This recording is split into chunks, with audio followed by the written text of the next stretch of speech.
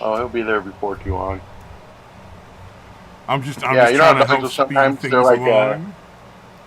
yeah, like they're like reared up, but their legs are squatted. That's Wait, what he's what? doing right now. Oh, okay, You yeah, I know, know what you're like it's talking about. like Yeah, you know, yeah, like in, yeah.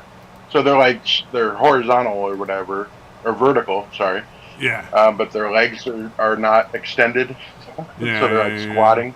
Like they're horizontal or whatever, or vertical. Sorry, it's pretty cute. yeah. But the weirdo puppy, like a weirdo. Weird dog. I'm gonna do the snoot rubs, and do a snoot rubs. Because for some reason he does not like that. When I try to Oh, rub his upper jaw or whatever the fuck, you know, like behind his nose. oh yeah. Yeah. You know that, what was it, you probably don't remember this, but there was a comment I responded to where I was talking about, like, morality is subjective, because it's really just, like, whatever society you're in is going to, have its own opinion of what's moral. Like, what's moral in the U.S. is not going to be what's moral in, like, Afghanistan, or, it's not going to be what's the same as what's moral in, like, Malaysia or, like, Japan or something like that. They're going to have different opinions on what's moral. And it doesn't make it right or wrong. It's just like, that's just how humans work. So people started asking stupid questions now. Like a couple people. One person was like, "Is cannibalism moral?" I'm like, "Not to us. To the cannibal, probably very moral." Like, that's what subjective means, you fucking retard. Like, you're not proving or disproving anything. You're just pointing out things that we could decide on based on our own opinions of what's morality.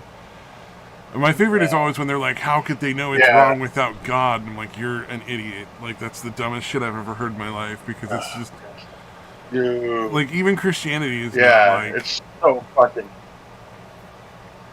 oh, it's very frustrating when you hear that, because it's like, there's an imaginary man who lives in the sky who really truly wrote that book. And it's not just a bunch of people that they fucking took a bunch of fucking drugs and wrote a bunch of crazy shit down, like on fucking sheepskins millennia ago, and then like a few thousand years ago a bunch of old men in a church got together, were like, this is a little problematic, there's a lot of fucking issues here, we're gonna sit down and we're gonna try to make this as coherent as possible and in our favor as we can.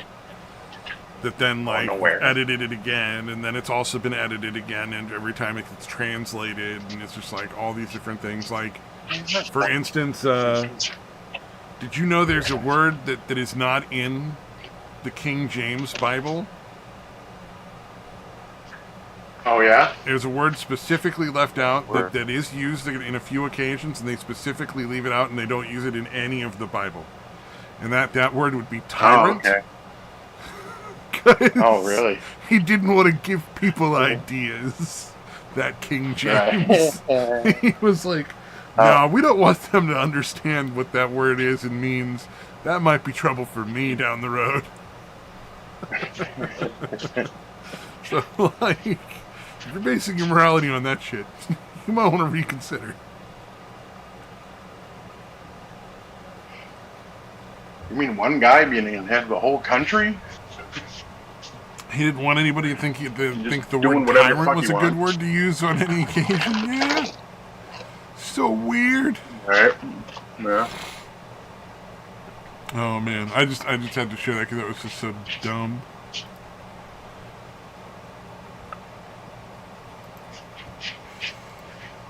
Yeah, I think you posted one of the guy, and you're like, yeah, I know, you're talking about Hitler and the Nazis. Yeah. Oh yeah, yeah. Slick. That was the one. That guy gave up. The poster just walked, like, he was like, nah, okay, I'm not gonna argue with that, because it's like, yeah, the Nazis thought they were doing the right thing. Like, that's true. Although even amongst the Nazis, there were a lot of people that disagreed. They were just afraid because, they would be killed or imprisoned or forced to go into war, which is the same thing as being killed and imprisoned, really, essentially. But worse, Yeah. Yeah, especially towards the end, yeah. Yeah. It was like there was a lot of people who weren't going to say shit because it was just not safe to do it. There's only so much you can expect of people. Indeed. What is it? Yeah, there's a lot of dumb people. Oh, there's that. So I was really surprised to see Red Letter Media do the Acolyte. I don't know if you had a chance to watch that I video. didn't watch it all. But it I was watching it just now. Oh yeah, it was blowing my mind that watching what is it, Mike? Rich is the guy with the high pitched laugh, right? And Mike is the guy that everybody calls a drunk for some reason because he drinks on camera, so he must be constantly drunk in his own life. Yeah. Oh, so that was fucking the best thing. You see people like legitimately leave comments under some of those videos like, oh my god, Rich is an alcoholic, he needs help. And it's like, you're just seeing one video, you fucking schmuck.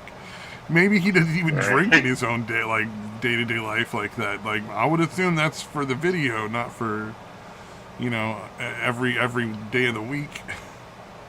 But I was really surprised to see how uninformed he was. Who, Mike or Mike?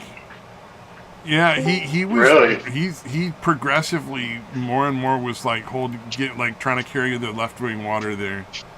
But I don't think it was out of agreement. What's up, Mr. Samaj? I didn't even see you there. You snuck in. Oh, you're really quiet for me. I got you turned all the way up. I could barely hear you. Oh, there we go. Now you're coming through a little more. Maybe you were just being quiet. I was looking away. That'll do it. Yeah, that'll do it.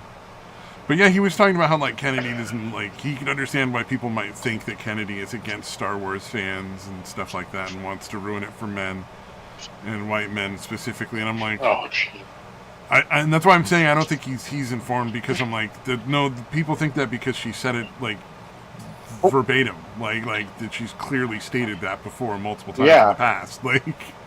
If the people aren't saying that because they're reading into it, they're just directly taking the words she said at face value. Yeah. Yeah. That's that kind of sucks. I like Mike a lot. I don't know if I've made that clear over the years. You know what? I don't. I'm not gonna I'm not gonna stop watching their content or disliking them or something like that. I'm still into the thing. I think he's misinformed. I don't think he's a bad person. Yeah, I think a lot of people just don't know what's going on in that kind of stuff, like the behind-the-scenes stuff with Kennedy and whatnot. Yeah, he strikes me as the type that just doesn't give a shit about any of it, probably, and is only become aware of it recently. That was kind of the impression I got. I'm like, wait, are you not familiar with what's been going on this whole fucking time? Yeah, he sounds like one of those people who just literally just doesn't know the full story because he just hasn't been following any of the news. Yeah, he doesn't pay attention to any of it. Yeah. Are you guys talking about the Star Wars stuff? Do you know a channel on YouTube called Red Letter Media? Yep. Yeah. So they did a review of Star Wars Acolyte. Mm-hmm. And normally they don't cover, like you've seen their stuff, they very rarely cover any sort of political thing other than just making fun of random shit once in a while. Every side. Just exactly. They'll just make fun of everything. If something's big enough and pop culture-y enough, they'll make a joke out of it, essentially. Right. Well, they talked about a lot of the culture war stuff when they were talking about Acolyte, and just you can tell that Mike, who was the one who was really into it, just has no idea what he's talking about. It's you really need to look up more of this shit, buddy, because yeah,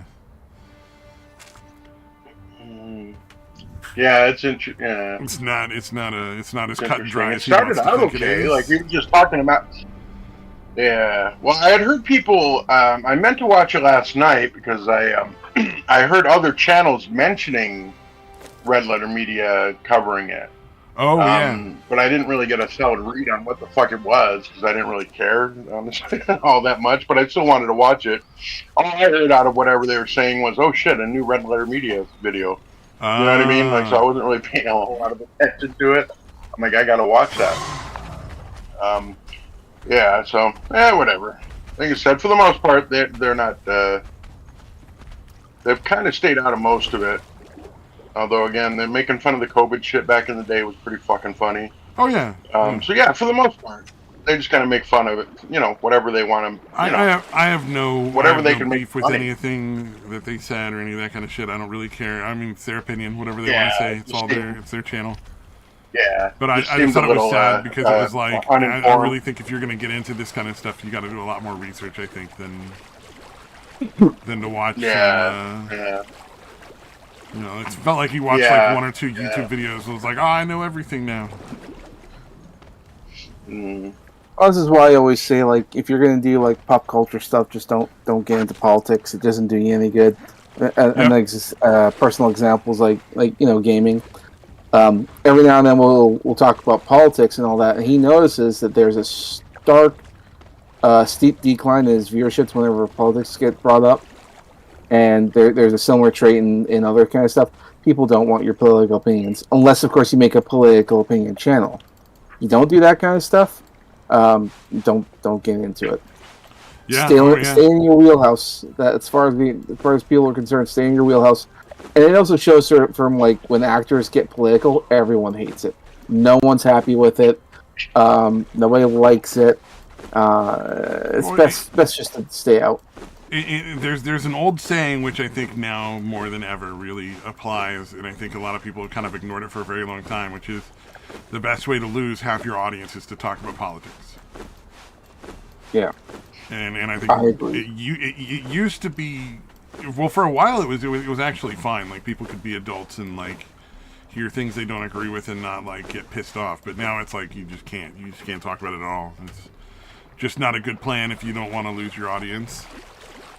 Yeah, nowadays they fully expect you to start talking about politics. That's kind of like a mass example of that is look at Disney. Look at when they started weighing into that whole what do they call it, the Don't Say Gay bill and all the other kind of shit. Things just went downhill after that. It's like stay out of politics, just stay out of it. Well, the And crazy thing to me is like it's really only one side that wants you to get political. Because it's not the right wing. The right wing is perfectly fine if you keep your politics to yourself and just do whatever you're doing. Because they don't care. They're not really concerned about it. They're like, well, if you're not going to espouse any sort of beliefs, then I don't have to worry about, like, is it right or wrong or anything like that. I can just watch the show. But the constant weird necessity to, like, it's almost like blackmail. No, because, like, they'll harass people online. Like, Taylor Swift was, for the longest time, was never right. saying anything political, and then they would just harass her constantly online, like she was some sort of bad person for not talking about it. And like you need to vocally and constantly be affirming your left wing thing. Like you can't not be left wing. Yeah. Or just not be political. You have to constantly recitate like the like you're not praying at the church, they're going to throw you in the thing. It's sort of like if you're not praying at the church, they're going to fucking come after you. Yeah. It's just a left-wing version of that. Yeah. Like, what is it? I know the Mormons are notorious for it. I think the Amish do the shunning thing too. Where if you leave the faith or whatever, like, get shunned, basically. Like, you're not supposed to deal with anybody. Oh, yeah. If you leave the faith when if you're Amish and you leave the faith, they will come after you. Or they don't come after you. Or you're out. You can't live in their territory. None of that, yeah. Yeah, Mormons are pretty notorious for that, too. Mormons excommunicate you from the church if you... a lot of your business dealings will be with Mormons if you're in the Mormon church as well. So, like, there's a good chance you bought your home from a Mormon church and got a really good deal on the loan. They'll try to foreclose on you. Other businesses will stop selling to your company or buying from your company because you left the church. Like, that kind of shit happens. But mainly because Mormonism, it's like they're so intertwined with their business as well. It's pretty bad. Yeah, pretty fucking nasty, man. In a lot of things, this lady is fucking, dude. Sorry, no, I was gonna derail it. Never mind. Go That's ahead. okay. Sorry, Samash. Go I ahead. was just gonna say in a lot of the entertainment industry kind of stuff, because a lot of things in there are very lefty oriented for numerous reasons here, from producers and higher ups and all that. And a lot of actors are pretty much told, like, toe the line, or else you might not get a contract deal, or a number of things could happen, like maybe a hit piece will come out on you, and then the media will go against you, that kind of stuff. And that, I think a lot of actors nowadays are even more scared than ever, because look at things like Johnny Depp. He's one of the biggest actors in the world. Look what they put him through. They absolutely tried to destroy that guy's life in so many ways, and it was overt. And it was And all insane. just on the random word of an angry ex. Yeah, I Like, think there what they were wasn't even trying. any, like, valid, like, they had no evidence whatsoever. It was literally just like, well, but she said so. I think what they were gambling on is that the like Pirates of the Caribbean is such a big thing. I think the brand itself would do fine even without Johnny Depp there as Jack Sparrow, and so they thought, well, we technically don't need him anymore because the brand is so big. So now they just sort of said, yeah, we can get away with him and make an example of him, so that way actors would stay in line. And even now, it's like, even though he did win all that and proven innocent and all that stuff, Oh, yeah. look at the damage that was done, and look how much it cost him just to fight back. The average the amount of actor, money he lost, even with, like, winning the suit and, like, going after her and all that other shit, like, yeah, it's just nothing. yeah, Compared. and even the actors who do like fairly well and all that kind of stuff, even they are not at Johnny Depp levels. That we don't live in the era of the superstar anymore.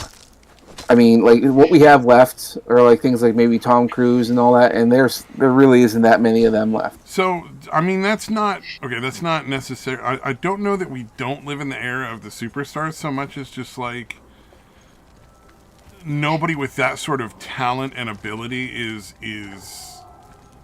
being given any opportunities anymore. You know what I mean? Because, like, it's all political as far as, like, who gets what job. So it's like, there could be superstars out there.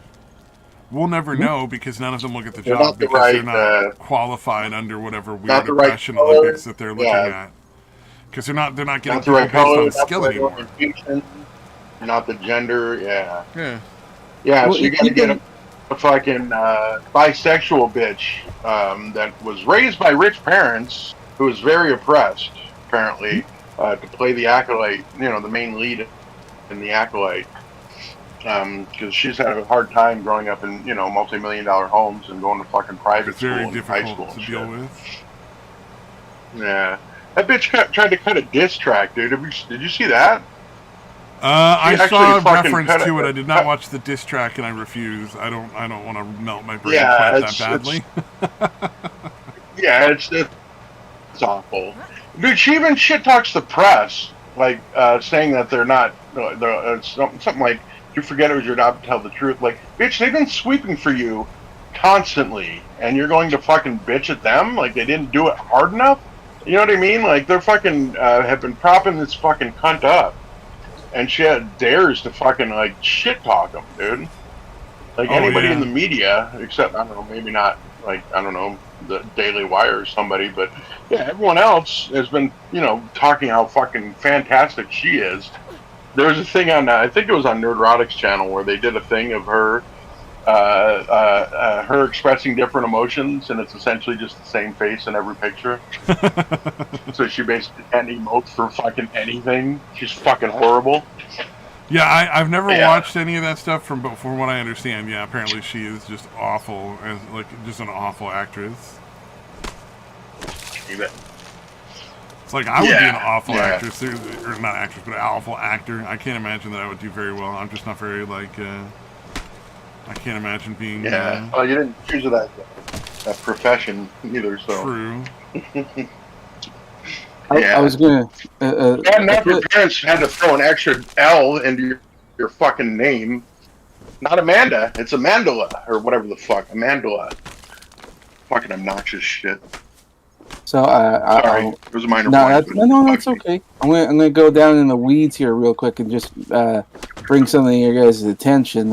Put my tinfoil hat thing on there. But there's a company that's been around for a long time that engages in human cloning. Oh, really? I put it in the general chat, and there's this tech convention, this huge, ginormous thing. I think it's in Dubai. Don't quote me on that, but like companies from all over the world come over here and they showcase various different things. And this guy goes to this one booth, which legitimately does human cloning. And what they can also do is one of their features, just like it sounds like something from science fiction, but they can literally put your head, like your brain, onto a young body of yourself. And then body will not reject it because it is your body. It's just going to be a younger version. So this is how people tend to live longer. And apparently, because this company's been around for a long time, but they've been through different names and kind of stuff, there's been a theory that there's a lot of people who technically live forever because they keep getting new bodies and new that kind of stuff. And I'm like, oh shit. Well, human cloning isn't that old, so that would be pretty unlikely to be like a long-term thing of people who have been living forever. Like, it's just the technology hasn't existed for that long. Well, it's a fucking what do you call it? That's disturbing as it is right there. That's even like a possibility for the wealthy now, with how fucking immoral those people are, like raping children. So the Island, that movie, The Island, then wasn't a documentary, or was a documentary maybe? The Island was you guys know what I'm talking about? Yeah, the one with Michael Bay directed that, and what's his name? He played young Obi-Wan Kenobi. Ewan McGregor. Yeah, Ewan McGregor. Thank you. That a lot of that's like a lot of science fiction is there's always a thing of truth. But the reason why I bring this up in regards to that is that there were rappers and actors who were caught on tape talking about how they pretty much have to do what they're told to do in these various different contracts and stuff. And they said specifically because they will be cloned and killed off. If you don't agree with the corporation, they will kill you and clone you. Now, that sounds silly. Now, that sounds absolutely conspiracy, whatever else. Multiple actors from, what is that pudgy guy's name? The guy who was in Tenacious D, Jack Black. Jack Black. He was caught on tape saying that, didn't know he was being recorded. Pretty much the entire rap community have pretty much done that. Even the ones who would say, like, I'm not going to sell out, that kind of stuff, I ain't going to do that kind of stuff, and then they eventually do. There have been people who have said, what happened in that case, they were killed off, and they were cloned. That's how that happened. And the rumor was they did the same thing with Michael Jackson, because he had his hair was caught on fire during that Pepsi commercial, and then he disappeared for 2 years, didn't hear anything, and then he comes back, he comes back and he's all white. And I'm like, what the fuck's that all about? And not that he's not even behaving like himself. Another example, Michael J. Fox, because the last time we saw him was in like that Spider-Man movie, the one with all the villains and stuff. And then the next time we see him, he's on The View. Now, we don't see anything, but he puts on his glasses, like some sunglasses, and now he does nothing but wear sunglasses all day. And now everywhere you see him, he has handlers. He used to go around with his family. And now he has handlers. No one's ever seen him with his family ever again. Now that his family's fine, but wait, who is this again? Is this Michael J. Fox or Michael J. Fox? He acts strange and bizarre now. His clones are. You mean the guy with like Parkinson's disease? That's maybe what happened. I'm not sure. All I know is that. To be fair, that sounds like a Parkinson's thing where it's just like. Oh sure, but when people get disease cloned, has progressed at its worst. Here's the thing I would say. How would you age a clone faster and then stop the fast aging? Well, you're assuming that they're because how it works is essentially just you're grown, and it's not like you're grown as in like and you start off as an infant and you grow up again. And you just sort of you're grown until you reach the maturity level that you were when the cells were taken. I get that, but like it doesn't make sense because the technology hasn't existed that long. Number one, but also like So if you wanted to make a clone of Michael J. Fox, it would have to be aged up to match like his age. Like it'd take 40 years to make a 40-year-old clone. No. No, it absolutely would. Like you can't just age clones like super fast and then stop that process from being super fast. No. How it works is that when you take your cells, it's not like growing a new. Not like you're starting off as an infant. You're growing into a full-blown human. That takes maybe at max a year. You're not growing them like it's not the same thing as growing like a new human being, like as an infant, that kind of stuff. No, that's how cloning works. They impregnate somebody with an embryo that they've created as a clone of the original. So like I don't know if maybe that's changed in the last like 20 years. That's a different type of cloning. We're not doing it. But that's essentially the way cloning has worked. Is that they make an embryo and then implant it in another animal that's the DNA of the person or whatever they're cloning. Well, that's how it used to be, but that's not the one I'm talking. Like, there's different types of cloning, is what I'm getting at. There is the one that you're talking about, and then the one I'm talking about is when, and you don't even need to put them into an embryo. They actually have artificial embryos now that they grow from. They've actually been doing that. I'm curious as to how that works, though. So think on our level, we didn't know how that works exactly. There's technology that we have no idea about. It's like, whatever we know about military technology, they've got something more advanced than what we know. And that I understand what you're saying. You know what I mean? I'm just saying, that might not be what start with like. What I'm curious is, do they start with an embryo, or do they somehow make a fully grown person? Like, are they assembling cells on like a 3D printer that just prints up people? Like, what's the basics of how that concept is supposed to work? That's what I'm talking about. Right. So, like the one I'm talking about is that they're taking cells. I don't know. Again, I don't know the exactitude of it all because it's all apparently copyrighted technology. But essentially, they're taking the various different cells that they need, and then they use that to make a new person. Not through embryos, or not like creating a new life. So they're not starting off from like the creating it from an embryo and then doing that. They're somehow creating a person just whole cloth. Yeah. Through the cells, and then they feed them in. I don't know what it is, like tissues and other kind of stuff to grow the tissues into muscles and bones and whatnot. I think the process takes about a year. But you can get like a new whatever else. Yeah, it's that technology is available, and they're gonna try and roll it out to the general public. Now, I don't know how the public would feel about this, but apparently this has been going on for quite a while. And one example being is that you guys have in the States is that you actually have cloned livestock from like anywhere from sheep to cows. And that's makes up I think was it 20% of your meat down there in the States. It's illegal in Canada, so you can't do that. But you guys have it down there, so you guys are already eating cloned meat. Okay, but like now I'm curious. I'm gonna have to see how that works because I'm just genuinely curious because like it makes sense. Okay, so it makes sense that you could clone cells, right?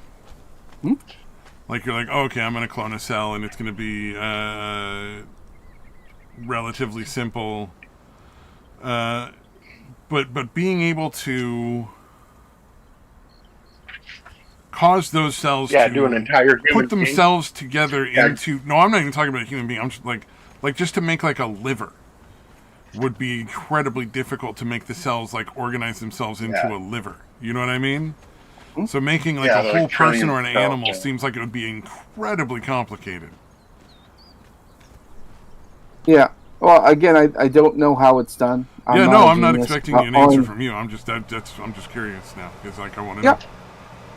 Yeah, no, I think it's something to look into. Like I looked into a bunch of it, and I mean, like technically we already have the means to do it, like to create a heart and the liver and all that kind of stuff. Because apparently it's not as complicated as we thought. Although, again, it's like a super rich kind of thing. If you have the money and the means, you can do it. But yeah, companies have been around for quite a while making clone stuff. Now, when exactly, I don't know. It's all been under different names and whatnot. So, yeah.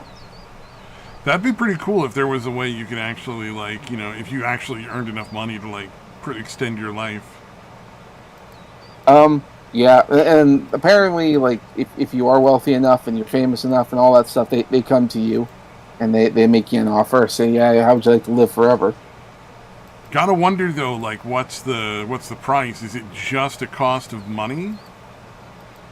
Well, Or is it from like you're gonna spend money, but you're also gonna do like this, that, and the other thing? You know Probably what I mean? Like combination. you're gonna cover you're gonna cover our ass in politics. You're not gonna say anything. Like whatever. I wonder what's all involved in that. If that's a real well, thing. it depends. Like from what I can speculate, if you have the money to pay for it, it's like a no strings attached kind of thing. Here's my money, give me what I want. But if you, let's say you're a politician and you do well, but you're not mega well, they may ask for a favor or two, and then give it to you at like a discounted price. So it could be. Now the one downside to cloning of any kind is you kind of get what you get when it comes out. So, from what I've heard, that's what happened to Michael Jackson. Is that he had a clone body, and it came out white. Now they say he had a skin condition, and that could very well be true. I don't know. Oh But yeah, he had sometimes, a well-known skin condition. No, that's absolutely the case. yeah, it's just like Lots of people like have had it. It's how that works. We saw it like some progress. like sometimes things that are like in your genetic history could come out that otherwise normally would. Like if you were predisposed to be bald, but you weren't bald, like you just like you didn't get that part of your genetics. But then if you got a cloned body and a new body, then you might be bald because it was already predisposed God, in I'd there. pay money for that. To Fucking, I get already it- shaved my head. I'd rather just fucking not have to shave it. Like, if you give me like a free bald, I'd be like, I'm in. Are you genetically disposed to be bald, or is it just happen? I have no fucking clue. I don't know what my So genetics are. I'm a poor guy. Nobody's doing uh, genetic testing on me. to fall down that rabbit hole. So if you look at the various different chemicals inside of like shampoo balls and stuff, a lot of it is unnecessary. Like to just clean your hair. Most of the chemicals, it's not needed, and products to regrow hair have been, growing. Now, some of it works, some of it doesn't. But it's kind of funny how all these things. Not to mention, if you look at all the shampoos and stuff, if you look at the chemicals that are inside the shampoos, like how it's all made and all the products in there, pretty much everything on the shelf is the exact same. And if you look at the companies that own these different shampoos, their parent companies are all the same company. So in other words, you're seeing all these different brands. They're the exact same product. Oh yeah. No, With a different there's set. very little in the way of actual choice when you go to a grocery store these days. Yeah, no, that's all bullshit, really. Yeah, and if you look at a lot of the shampoo stuff that they sell and the chemicals that they put inside of it, some of it actually can lead to hair loss. Would not surprise me. Would not surprise me if that was behind the majority of hair loss. So in other words, they cause the problem, and then they sell you the solution. Right next to that, you get all those hair growth kind of things. So it makes you wonder. That's why I've been looking into like making your own shampoos and stuff. My problem is, so I follow a bunch of different, conspiracy theories, if you will, accounts on X and all that stuff. And every now and then they'll tell you, this, and this. There you go, shampoo, ready to go. Okay, one day I'll do it. And then I finally decide, you know what, I'm going to give it a go. And it's like so far down the timeline, it's like, I wish they'd repost it. It's like, fuck. Then I try looking up on how to make your own shampoo. I'll look it up on YouTube, and it's like, a lot of them are like these really deep accent East Indian women, and they're putting in all these exotic products that are like, or things into these things to make their own shampoo. I'm like, where the fuck am I going to get that? What's that? Oh yeah. Like, do they even sell that on Amazon? I remember get one of those bottles of shampoo that has a pump on the top like hand soap, and I'm like, oh, that's nice. Yeah. whatever's selling with that, because then I don't have to like tip the bottle over and like balance it on the top of it to get the last bit out. Yeah. I hear ya. Well, you can also, like, like when you're looking at things like laundry detergent, like they give you this giant cup with like measurements for like insane amounts of soap. Like the reality is like you use like maybe 1/10 of what that cup measures out, and that's all you really need for like a load of laundry. Mm-hmm. That was a day for me. I was like, shit, I can get more than 10 loads of laundry out of a bottle of laundry soap? That's nice. I mean, from what I've heard, you can just use borax. And even then, you only need like a teaspoon or so. Really? You can just use borax with nothing else? I have no Yeah. idea what borax even is, so. So borax is like it's a deodorizer or something or other. It was kind of like an all-purpose thing that people used during like I can't remember what time it was. I think it was the Oregon Trail or something. But yeah, I mean, you could use it from anything from cleaning your clothes to getting rid of like anthills and stuff. It's pretty good. So just spray some of that on there and then put in your wash and good to go. Nice. I was trying to think of a joke that combined Borat and the Lorax, but I failed to do so. I thought you were going to make a connection between, like, what was it, that Borax, that East Indian guy? Oh, very nice. Was that the guy with the big Borat mustache? the Lorax. Yeah, what is that? Pixar? Disney? I don't know if that's Disney. No, that was DreamWorks. Okay. Yeah, yeah. The Lorax. Yeah, I'm still thinking, but it's nothing funny is occurring to me yet. Other than the premise itself is kind of funny, I guess. Not really. The idea made you like, giggle a little in your head when you thought about it, and you're like, nah, that might be funny. Might be something down that path. Be more, though. Yeah. But that would be fucked up if, they're like, no, we can't have that. Shit, tell them. We can't have them all just using something really basic for all this shit. Yeah, a lot of what's out there. Corporations, like, yeah. We gotta make sure people no longer know about this. Yeah. Oh, yeah. Well, I mean, they want you to have stuff. You think back to, like, when there's, like, what was it, the food pyramid back in the day? They kept saying, oh, yes, you need grains and this and that. Like, yeah, that thing was terrible. Don't use the food pyramid. Way off. And even now, people aren't really having discussions on what's good for you and what's not. I mean, we just we know the basics. The only people who are fucking doing that are like fucking influencers who are obviously taking money from whatever company to tell you shit's good for you. You know what I mean? Because that's where a lot of people get their fucking health information. It's fucking disturbing. They're like, well, this fucking Instagram model said that this fucking cleanse was super good for your fucking thyroid or something, and you're like, that's not a doctor. Why are you listening to that person? Like, what's wrong with you? Like, they're obviously taking money to tell you that. Yeah. There's some guy that I keep seeing commercials for that's talking about how, like, I eat donuts. Donuts aren't the problem. This isn't the problem.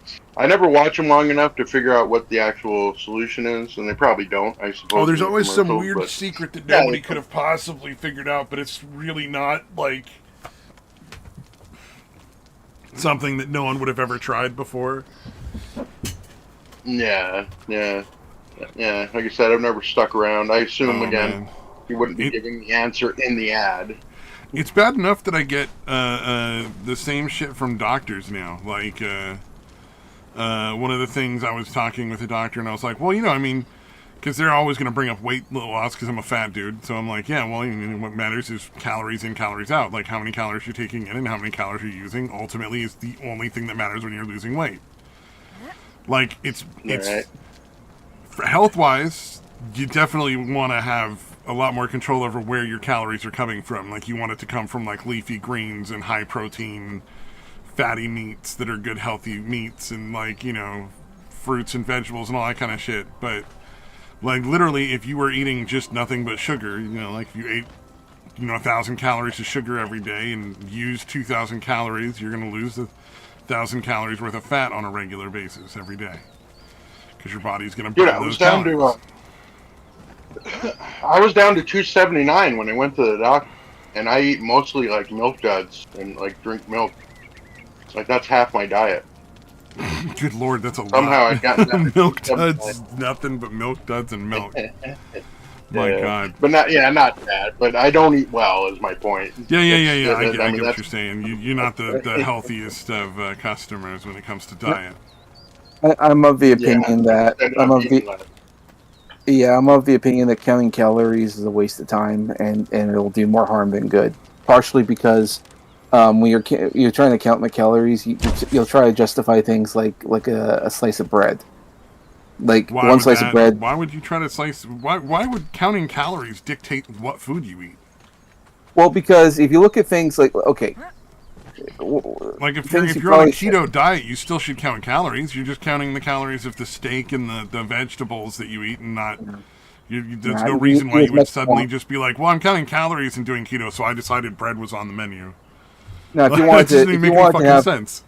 Now, if you're on keto and you want to have like 6 steaks for supper, go for it. Ain't nothing wrong with that.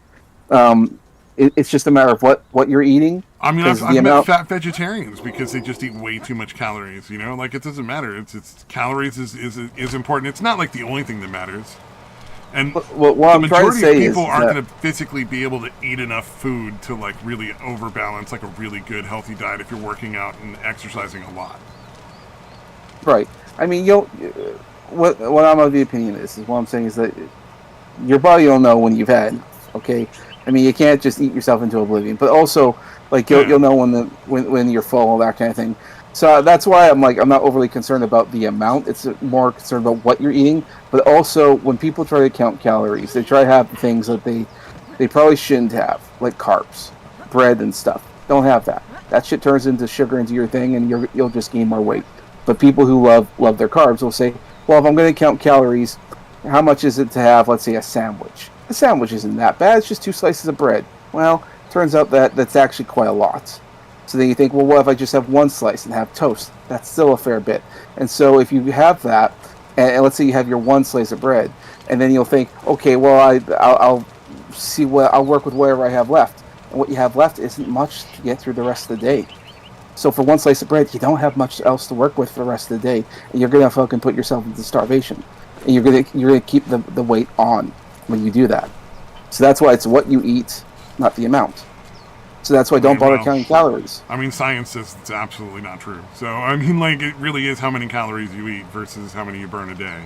Well, that's again, just science. It's not like it's not really like but if you're like a philosophical debate. We're just talking about hard medical science. Well, I'm not having a philosophical. What I'm saying is like trying to make something work that's gonna put you into some bad cycle isn't gonna help. Like what I'm saying is like the bread ain't gonna work, man. Just not. Just avoid the carbs. So if you don't want to eat bread, don't eat bread. Like there's no reason. It's not matter. Well, yeah, okay. Like paying attention to the amount of food you're eating altogether, calorically, would suddenly make you crave and eat things that you shouldn't eat. Like that's 2 separate issues. You know what I mean? Like you can count calories and eat nothing but ice cream, or you can count calories and eat nothing but like salmon. Like just. They're not. Counting calories doesn't dictate the foods you eat, like what kind of food you eat. Well, it dictates the amount of food you eat. Okay, but if one food thing has too many calories, and your calorie count is, let's say, 1,200, and a slice of bread is like 1,000, well, then you only have 200 left to work with. What are you going to eat for the rest of the day? Fucking nothing. Why would you eat But why would you eat the slice of bread in the first place? Exactly. If it's 1,000 calories, and you're looking at your calories and saying, I have roughly 2,000. I think that's like a average. 2,000 is enough for most people for the day. Like I look at the amount of calories I have for breakfast. It's 400. That's why I chose to eat what I eat for breakfast, because it was low calorie, and it's nothing to do with. Well, it was also because it's like fruit and yogurt and stuff like that. But I mean, like, why would I be like counting calories and be like, you know what? Fuck it. I'm just going to throw some bread in there. I don't want to eat bread. I choose to eat low carb, but, you know, I started counting calories, so today I'm just going to also be doing that, you know? Well, again, that goes back to the whole thing of, like, it's what you eat. And like I said, the reason why I bring up the bread stuff is because a lot of people like bread. They really like it. It's a carb. And carbs turn into sugars. And sugars turns into fat. Also, the kind of bread you make is a big difference in carbs, too. Nope. All of them. Oh, all it's of a them massive bad. difference. No, like your enriched white flour bread versus your whole grain flour, it's a big difference in the amount of carbs and how they affect you. Because you have dietary fiber in one and not in the other, and that's a big difference in how your body processes carbs when you're eating the dietary fiber with it. Like with fruits and vegetables, it also mitigates a lot of the carbohydrates that way. Well, even on the fruits kind of stuff, I mean, most fruits have natural sugars and stuff, and that can also be bad for you as well. So it's better to have less. The fruit is also bad for you. Poison. No, it's less. Don't eat fruit. No, it's less. Like for instance, I wouldn't eat a whole basket, like a basket you get of strawberries. Have 1 or 2 a day. That's fine. Yeah. When I did keto, that was like a treat that I would get for myself. Is I would have some berries, like some strawberries or blueberries, raspberries, blackberries, things like that. Yeah, but that's one of those things you can't do over an abundance. Oh yeah, that's why I would count calories and count like carbs and stuff like that during the course of the day. Like, I haven't done keto in a long time, so I don't remember if this is correct, but I think it was something like you do want to keep your net carbs to less than 15 grams of carbs in a day, preferably lower than that, but like that's the max. And you never want to have more than like 5 grams of carbs in one meal. Like you don't want to like put 15 carbs in your breakfast and then have no carbs the rest of the day. That doesn't really work the same way. You want to stretch that out over the course of the day. Yeah, you still need some carbs. I mean, it's not. I'm not saying like the carbs themselves are overly bad. Well, I mean, there's carbohydrates in lettuce and like broccoli and spinach and stuff. Like, I really liked green beans. Green beans was a really nice one for like, because they're super easy to flavor with, and they kind of go with everything texturally. It's kind of hard to fuck up green beans. I hate green beans. I hate them so much. I think they're disgusting. But they were really good as carbohydrate, like low carbohydrate vegetables that you could serve with almost anything and mix into whatever. I completely acknowledge. I acknowledge and respect that green beans are quite good, nutritious. But not, you don't like them. No, fair enough. I was I was a bigger fan of like Brussels sprouts and broccoli and stuff like that. But you know, those are kind of a lot harder to cook and a lot more expensive in a lot of cases versus like green beans were really cheap frozen ones. You know. Mm-hmm. Yeah, I mean, in a pinch, if I had to, I think I'd wolf down some green beans. Oh, you know what my favorite thing to do with green bean was, and this is not going to be something you're interested in because you're obviously not a big fan. But I used to love to do a ribeye steak, and what I'd do is I'd cut up like 2 strips of bacon, and I'd render them down in the pan until they were starting to get cooked, and then I'd put green beans in the pan and the steak and cook those both together in the bacon fat, and then the fat from the steak would also coat the green beans. Oh man, they didn't taste like green beans anymore. It was a whole different thing. Dude, at fucking Cracker Barrel, they do something like that because they always tasted a little bacony to me. Their green bean is like one of the sides that they have. They're the fucking best green beans ever, dude. I'm pretty sure they put some kind of bacony shit in there. Any kind of vegetable is vastly improved in flavor when you start adding like fat to it. Yeah, that's not a big surprise. Yeah, no, I don't think anybody's shocked when I say that, obviously, but I mean that is just one of those like. Yeah, but yeah, no. Wait, were you the one that's never eaten at a Cracker Barrel? I've never eaten at Cracker Barrel, no. Okay. Yeah. All right. I'm not a big fan of restaurants in general. I've yet to eat at any restaurant where I honestly feel like I couldn't make better food. Like, maybe that's arrogant, but like, I've always felt like I could make better food myself than any restaurant serves. Yeah, I could too for the most part, but I don't always want to cook. Yeah, it's just, I'm always happy to eat leftovers, or like, if I don't want to cook like something super crazy, I'll just do like I have these little tuna bowl things that are really nice. It's like tuna and vegetables and stuff and like that. They're really nice. I can just peel one of those open. Although I'm not as low carb as you are, I don't eschew like pasta and stuff. So I love pasta, man. There's a little tiny bit of noodles in my tuna bowls. It's pretty nice.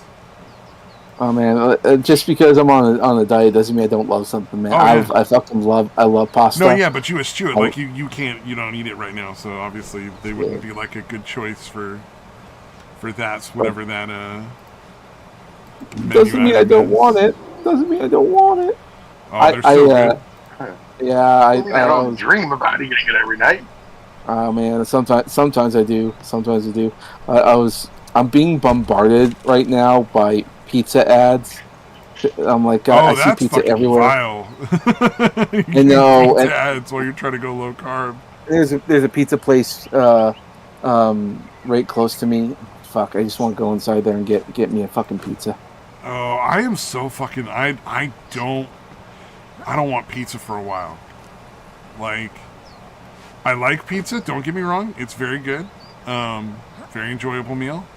But like for the longest time, whenever we would get pizza at the house, everybody would get like their own fucking like large pizza, and it's like I'm not eating a large pizza in one meal. That's way too much. Like I can eat a lot, but Jesus Christ, that's a lot of fucking pizza.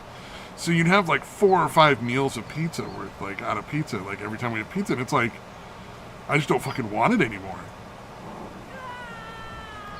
Too many leftovers and shit. Yeah, like at a certain point, you just don't want to. You like, how much pizza do you want to eat on a regular basis before you're kind of like just fucking sick of it? You know, like no more. No, the last time I insisted, I got the smallest pizza they had. Like I was like, no, the smallest, the personal one where it's just enough for one meal, and then you're done, and it was perfect. I used to be able to eat an entire large pizza. I can't anymore. I think my stomach shrunk. Oh, well, congratulations. I mean, when I was in high school, oh yeah, dude, I could fucking eat a whole large pizza, 100%. Yeah, but when you're young, it's different. Oh, yeah. It's like never ending pit. It's what you are when you're young. Yep. I'll listen to like because my mom has me and listen to these miniature things with her. And there's a bunch of these old ladies, and they'll talk about their grandkids, and then they'll say, "Oh yeah, we'll come over, we'll make a pizza." I'm like, a pizza? No fucking way! These kids will devour entire pizzas all by themselves. Oh yeah, you can only. Yeah, you're gonna eat more than that. There's no way. You're gonna eat way more than just one pizza. If there's 2 kids. You need more than one pizza, almost. They're high school age. It kind of depends on the kids, but yeah, I mean, like boys in particular. Oh yeah, okay, fair enough. The girls might like want to eat low, like less in front of each other, because girls eat a lot when there's no one watching. Yeah. Oh, but boys are fucking. Oh, boys will devour with no shame, none whatsoever. They're like, yeah, I don't really care if you're gonna make fun of me for it. I'm gonna eat a whole fucking pizza because it's good, and I like pizza. Whereas the girls will be like, no, I don't want to look like a pig. You're like, but you're a human. We're all fucking pigs. Those guys were just gonna pig out. I have to stop myself every now and then. Yep. Yeah, I should be good now. I shouldn't be too concerned about pizza. Panda Express has gotten turned to dog shit where I am. I was so disappointed. We ordered Panda Express not long ago, and like the orange chicken is like maybe half of it is breading now.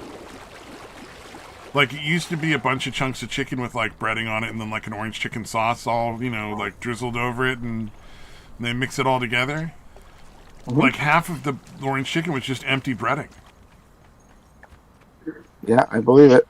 It was like, and it's like, you're paying more for it, you're getting less out of it. It was just, like, so surprising. the complete like difference from the last time I had panda, which was like maybe 6 months ago.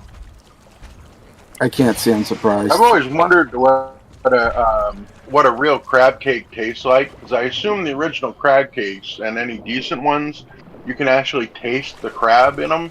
Oh yeah. And any crab cakes I've ever had, you can't even taste the fucking crab.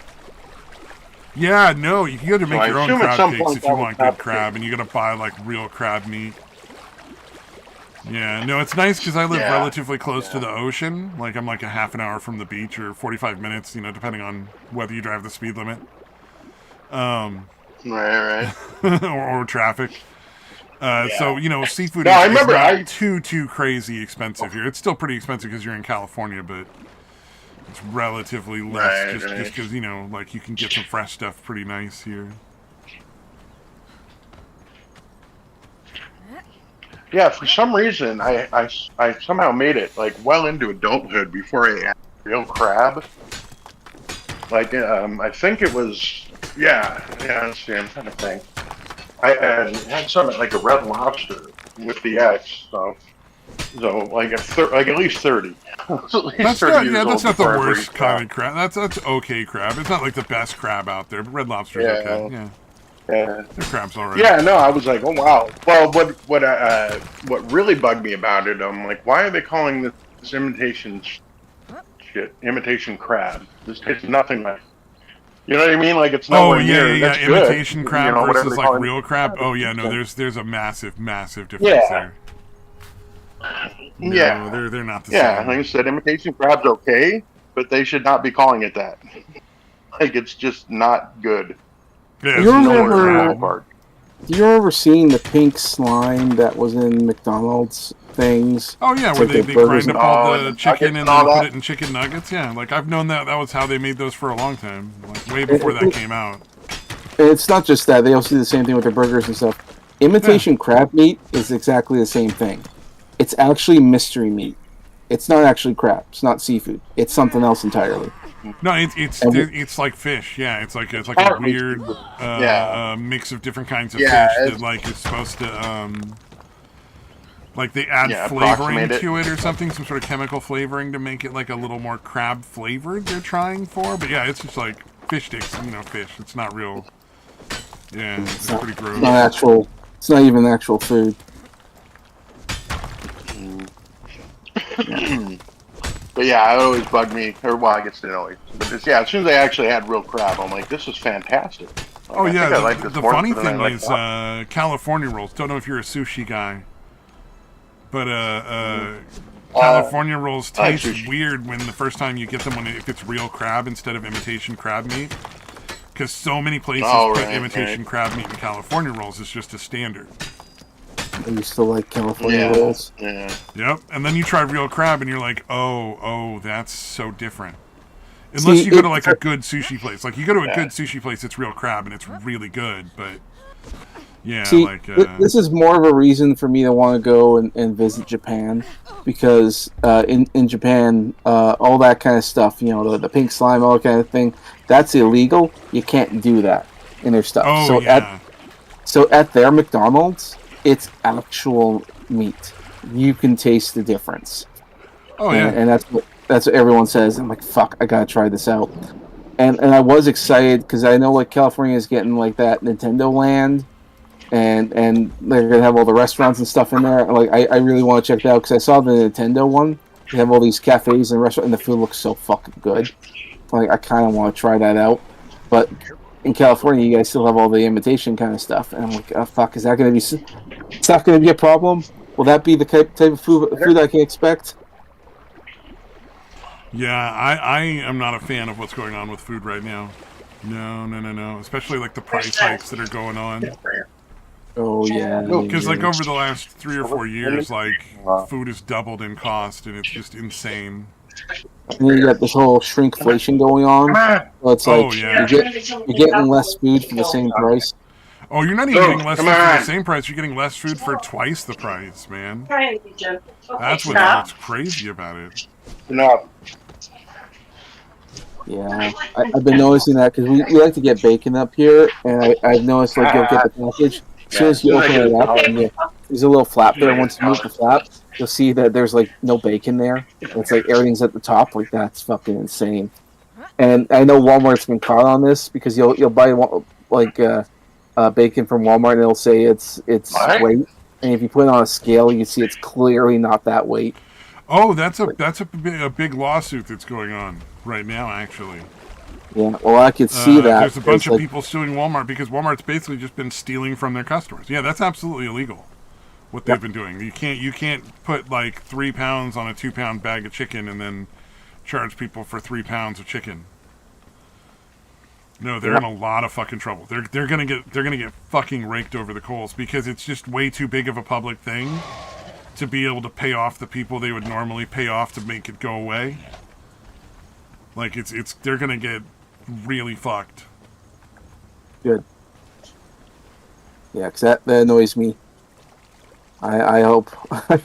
Anytime you have a bunch of poor moms getting together and talking on cameras about how like, oh, I can barely get my budget, I can barely fit all this stuff in my budget and blah blah blah. And now I have to worry about Walmart ripping me off for meat and all this. Like, that's not a good look for anybody. That's a bad sign for your business. Yeah.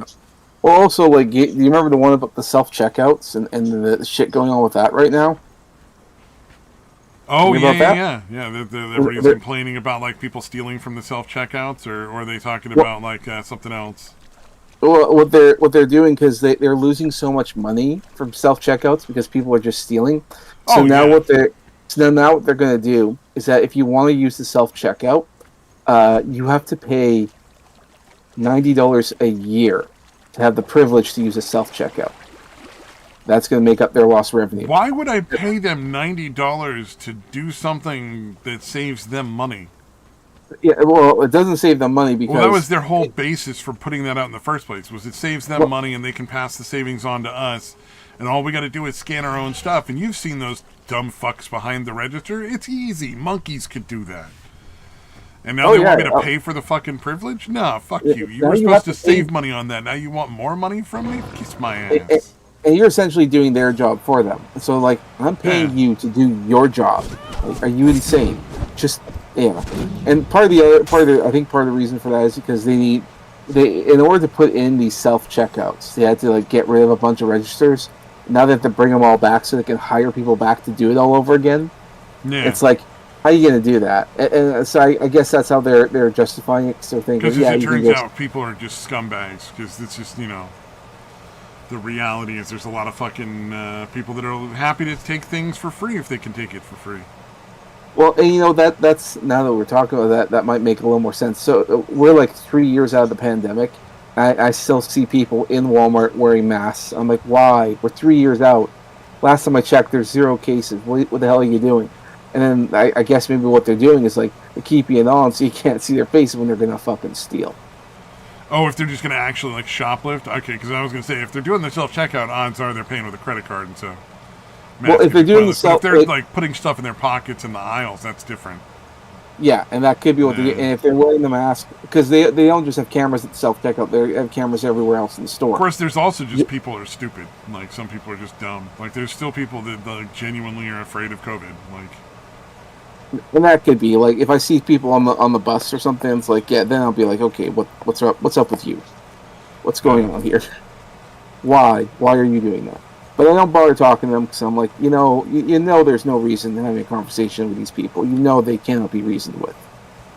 Oh yeah, no, there's certain people where it's like, yeah, you just avoid them because they're like, it's sort of like if you're walking through the woods and you see like a really brightly colored snake, don't fuck with the snake. It's poisonous. There's no reason for this. You're not gonna get anything out of it. Nothing good will happen. You know, there's always going to be some dumbasses like he's going to fuck with the snake. They just can't help it. Oh yeah, no. I'm just saying, like, those people are like the brightly colored snakes. It's like they're wearing evidence that you should just stay the fuck away from them on their face. Like, just do it. Don't fall for it. Yeah. You know, some snakes have rattles. Some snakes wear like surgical masks that don't do anything on their face. Exactly. But yeah, the whole paying for the self checkout thing is an absolutely dumb thing. I think they had to walk that one back too, because it's like, why are we doing your job? We should not be doing your job. Yeah, oh yeah, that's no doubt. That's a pretty wacky one. I hadn't heard about that, but I don't really go to the store. We do like the have them bring their stuff out to us. Mm-hmm. Much easier. It's only slightly more expensive, and you don't have to go through the grocery store and deal with all the bullshit. It saves you so much time. Yeah, I don't mind the self checkout all that much, because sometimes I just don't want to talk to people, Fair and enough. I'll do it myself and get the hell out of there. Oh yeah, I prefer not to do the self checkout, but if I'm carrying like 3 things in my hands, I'm gonna go through the self checkout because it's quicker and yeah, exactly. And I'm gonna deal with anybody. Not to mention, if I'm picking up something that's slightly embarrassing, I'd rather no one else sees it. Oh, you know what? I will tell you this. I did work at a grocery store for a while. We don't fucking care. Like the people behind the cash. I mean, maybe some of them do, but I never met anybody who gave a shit. They were all just like, "Yeah, I just want to do my fucking job. Like, I just want to fucking go home tonight, drink some beer, and be done." I believe you. Not to mention, I there's so ain't many. got time for your embarrassment. Yeah, I don't give a shit. Exactly. You could buy 60 cucumbers, 5 bags of fucking condoms, 5 giant bags worth of condom boxes, and fucking KY jelly, and fucking chocolate syrup and whipped cream, and like cough drop or like Benadryl or something. I don't give a shit. I know when I worked at the gas station, it was the same thing. It's like, I don't give a fuck. You want to buy cigarettes and booze? Great. You want to buy candy? Cool. You want to buy a fucking bunch of condoms? Nice. That's great for you. Whatever. Like, just fucking get me the fuck out of here. I want to go home. I'm done. Well, I think people just have like irrational fears of like being judged. Oh yeah. I think that's also part of the reason why a lot of people don't go to the gym, because they think they're going to get judged or something. Oh yeah, that's another big one where a lot of people are under the unfortunately mistaken belief that they're going to get judged, and like people are going to be like, "Oh, look at that fucking loser." The only time I've ever judged somebody who's fat at the gym, and I would be one of them myself, so maybe I'm predisposed to being You're the problem. I'm the problem or whatever. I always think of like, well, good for them. Like they're doing something good for themselves. So like, good for them. Why would I want to like make them feel bad? Yep. The last thing I would do at that point is make fun of somebody for that, because it's like, I mean, you're making a healthy choice. Good for you. Yeah. I actually, I'm with you on that one. I actually get a sense of pride when I see a fat guy at the gym. Like, good for him. Yeah, some dude good. Or some lady wants to lose weight. Good for you. Yeah, ain't nothing wrong with that. It's also like when you see people walk. Like I've experienced that actually. I've had people make fun of me when I was like riding my bike, like down the side of the road. People were like, "Go, fat boy, go!" Shit like that. Like it's actually kind of funny. It never bothered me. Like I don't understand why people would take that like personally, but I guess there's people out there that would. But well, the majority of people just didn't give a shit. It was just like one in like 100 cars. Like you might get somebody lean out and say something dumb. I think one guy was like, "Go, Butterball, go!" I kind of laughed at that one myself. But I think there is a certain sense of like a shame, because it's like your body is definitely your responsibility, and if you let it get out of hand, then being overweight is a sign that you're clearly not a responsible person, and you're not thinking about these things, because like you have a mirror. Well, you have to keep in mind, while rare, there are in fact like things that people can't control, like it's like certain sorts of like hormones and stuff like that, where they could be dealing with something like that. Like it's not always as cut and dried. It's just like, oh, it's that guy's a lazy fuck, There's other things that could be going on. So like I just don't want to bother judging people, because I got better things to do with my time. But I don't give a shit if people are judging me or other people. That's their prerogative. Yeah. Well, and I think also you look at the other person's perspective. I mean, we don't know what caused them to be that way. We don't know how they got that fat. We don't know how that kind of thing is. And so, I think just universally people just think automatically, well, you're just a lazy fuck, or you're fat, or whatever else. But there's also a certain sense of like sometimes when you shame someone, it forces them to make a change, or encourages them, if you will, to make a change. So sometimes. Oh, yeah. I don't like saying this, but sometimes, bullying is a good thing. I think there's... I don't like it, but I mean, I'm going to disagree with the phrase bullying is a good thing. I think social pressure can be a good thing.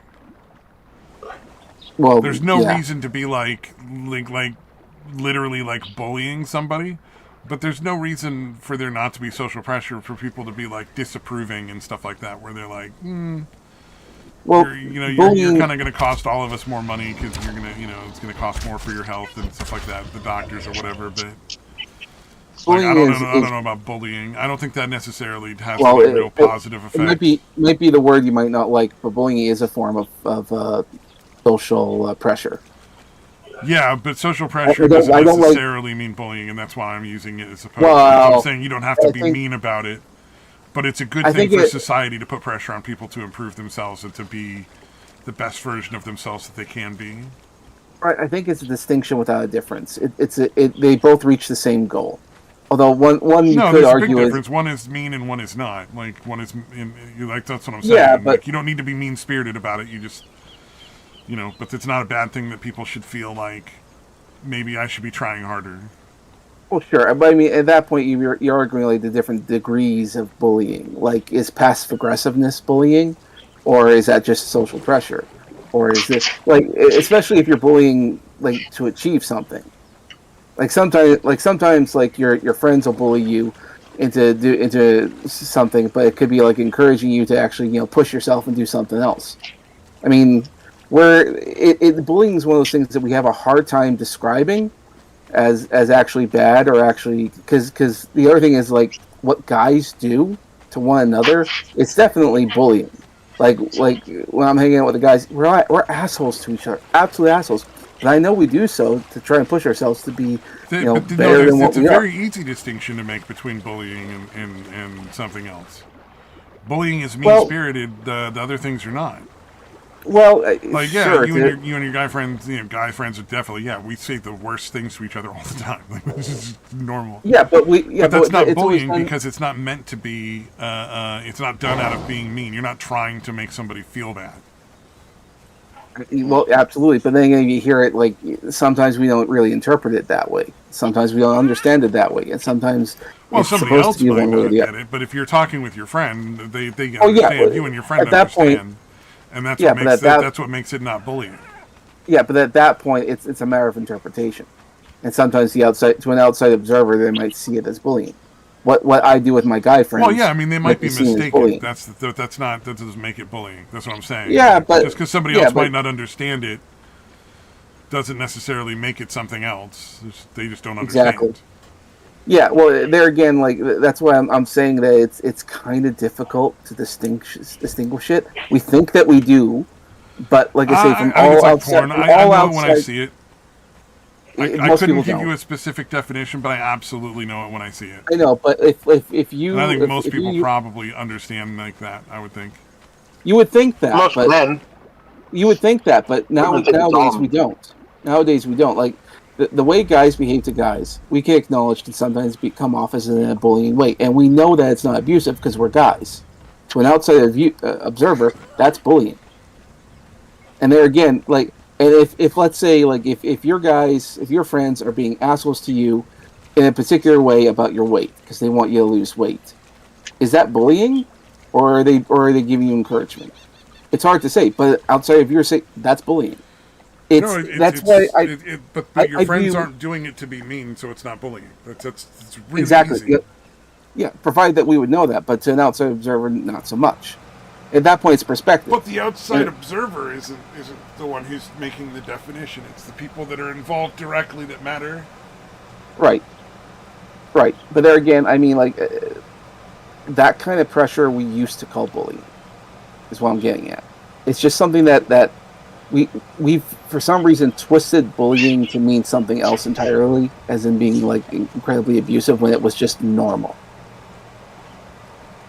And that's why it's like we don't normalize bullying anymore, even though that was normal when we were younger. It's not normal anymore, even though it was. And that's why I think bullying is perfectly normal. To the extent, like if it's abusive and hurtful and actually like causing physical harm, yeah, that's different. That's abuse. We can distinguish abuse from bullying. We're not so idiots. It sounds we like you just want to redefine the word entirely. No. I wanted to use it the way we always used it. It's not. It's this. The new interpretation we have is not one that I think is very healthy. I don't know. It's kind of the same interpretation as when I was a kid. The problem is maybe there's a lot of people who are calling things that aren't bullying. That might be maybe one of the issues there. Well, no, like things that we don't acknowledge as bullying, we do now. Even though you know it's not, I know it's not, but other people do. And that's what I'm saying. Other people being mistaken. It sounds like the problem is other people being mistaken. Exactly, and making decisions for people other than themselves about things that really none of their business. Exactly, but that's what our society has determined as bullying, and I don't think that it is, or rather it is. But okay, so I'm just using the actual correct definition of the word. I'm not. I don't care what society says. That's the way it should be. That's what I'm saying. Yeah, but that's why. Yeah, but again, we mean the same shit. We just, I see what's going on. We mean the same. We mean the same shit, but society, by and large, says don't do that. It's bad. It's bad to bully. I'm calling it social pressure. You're calling it bullying because that's what society uses instead. But bullying was normal. It was normal. That's sort of social pressure. Normal. Absolutely. Yeah. No, that was when I was a kid. That was how it was. Yeah, definitely. Yeah. Exactly. It's just something that we do, and it's not really like we always see it as something bad. It's part of being herd animals. Yeah. We're meant to be in groups, and part of being in a group is following the norms and the things that make that group healthier and better in general. Mm-hmm. More successful. Otherwise, you're kind of dragging your group down, and you're not really, benefiting your herd. Mm-hmm. And you should feel bad at that point because you're not supposed to be doing that. Mm-hmm. There we go. Problem solved.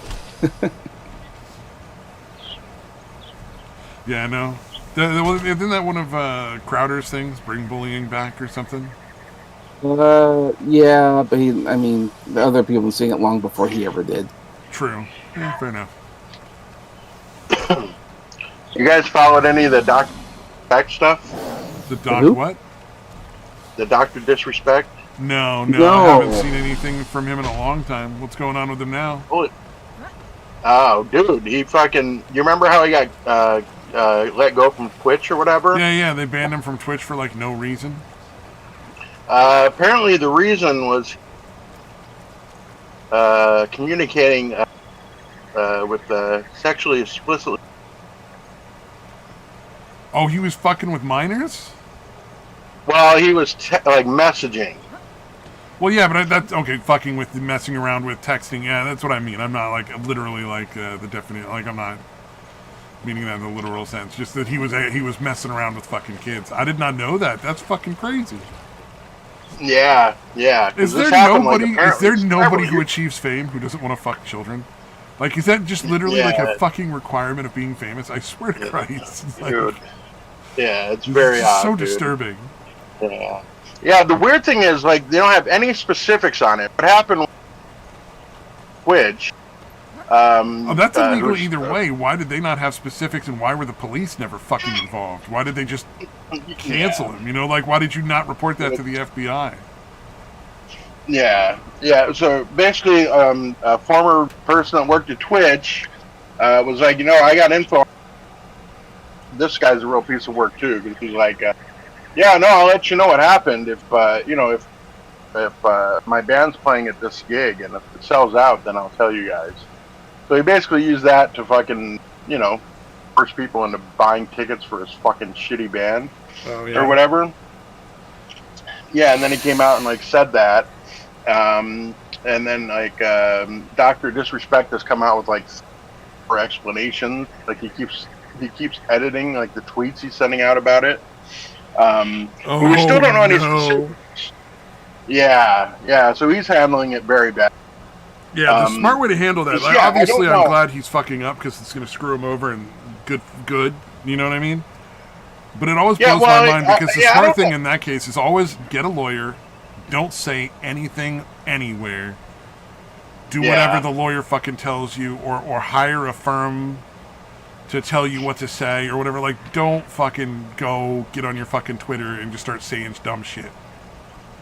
Yeah, it was odd because like the first time I was like, no, Twitch, I sued Twitch and they paid out my whole that, and then later on, like I forget what else fucking. I keep forgetting why he came out with other shit, but then he's like, I didn't do anything wrong.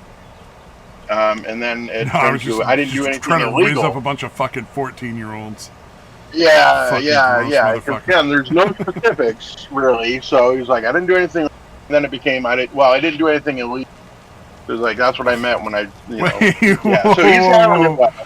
That's a questionable defense. Yeah, that's what I'm saying. You know what I mean? Illegal. He's really rude about Wait a minute, buddy. All right. Okay, but all right. This is my question. What if the chick was like 17 and a half? Or like, you know what I mean? Like, that's underage. That's technically a minor.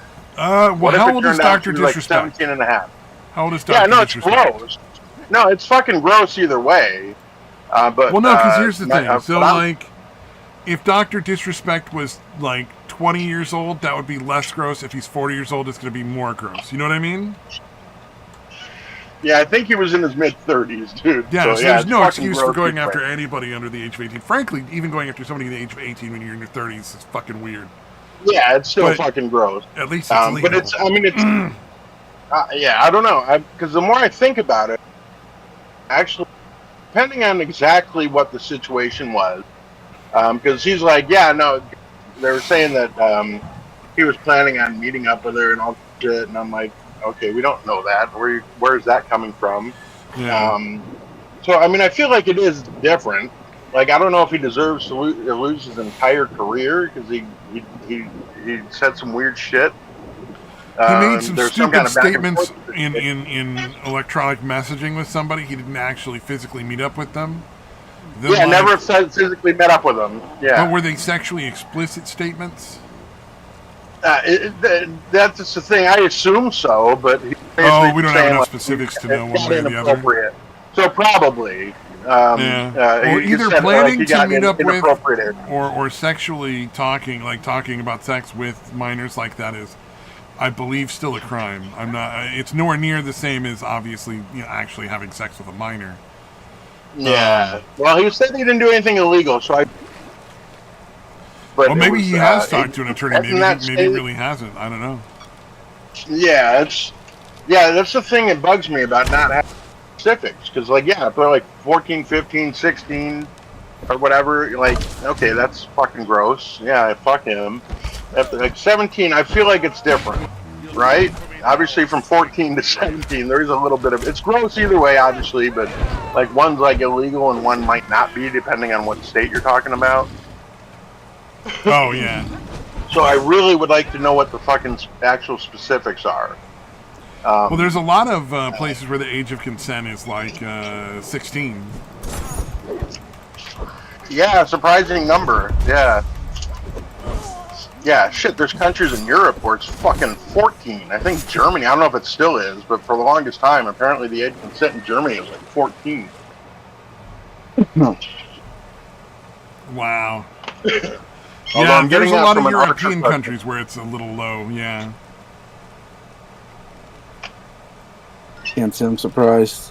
Some parts of the world. Yeah. What's our kitty cat? Stray cat still lives in our front yard, by the way. Yeah. Yeah. But anyways, it's been a whole thing, and the quartering is doing what the quartering does. Protecting sweeping for his fellow fucking grifters. So that's kind of weird. Because he's having to constantly backtrack. Is he carrying water for disrespect? Oh, yeah, dude. Yeah. Oh, wow. That's kind of weird. Well, dude, how many times has he fucking stuck up for Tim Pool just blindly? You know what I mean? So I they, didn't. they had some I kind of haven't stuff. followed the quartering very much. I don't know much about him. Yeah, he sucks. Yeah, no, I haven't Yeah. either. But that's what he does. Like anytime you fucking hear about I the didn't know that. quartering, Like fucking like I said, I don't follow him, so I didn't know. I yeah, wasn't aware. he's fucking The horrible. last thing I really paid any attention to the quartering one was I think he got punched or something. Like at a hotel, and they arrested him instead of the guy that punched him, or some shit. No, the other guy got arrested. But yeah, no, it's yeah, that happened. That was That was Jesus, really dude. like the That was last I that was, really paid any serious attention to the quartering. So yeah, I have yeah, no it's idea no. The who only time carried. I hear about him He now. backed up Yeah, like scumbags like that. Not aware of it. yeah. Well, any of this shit with Tim Pool, he just again blindly for him. So Oh well, yeah, Tim Pool's it's just a fucking scumbag. There's a lot of people that back him up for some reason and act like he's like this really good guy or whatever, which is weird. yeah. And they're both kind of the same. They're like fucking fence sitting grifters. You know what I mean? So it's like he I don't know if it's part of some kind of weird grifter's code for him, where he's like, I'm gonna back up. You know what I mean? Like that's kind of how it seems. The Grifter's Um, Code. Like yeah, it's like yeah, they say like honor among thieves kind of shit. It's the fucking grifter's code. Um, but yeah, so that's happening too. But yeah, I don't know. Like for the more I think about it, I just would like to know the fucking details because I feel like it kind of does make a difference. Like yeah, no, you should condemn the guy for doing it regardless. But like, does he deserve to lose his whole career if well, the bitch was like I'd like to almost know what the 18? extent of this is. First of all, did he Yeah, know the age of the person? Was it a case yeah, where he's somebody was yeah. pretending to be older than they were and he just was messaging someone thinking they were older? That's different. From what I Was he planning understand, on he was actually aware. going and meeting this person for sex and he knew they were a child? That'd be a totally different case. Yeah, totally. Yeah, Definitely want and more I also details don't before know. I fully say, guilty, innocent, whatever, because I don't Yeah, even know what the evidence is, so. and I also don't know what the settlement, which might prevent either side from saying anything. You know what I mean? Oh, that would be So there might be unfortunate. shit he can't say for whatever fucking whatever reason of the settlement. Because apparently Twitch paid out his entire fucking contract. They had to pay him his entire contract.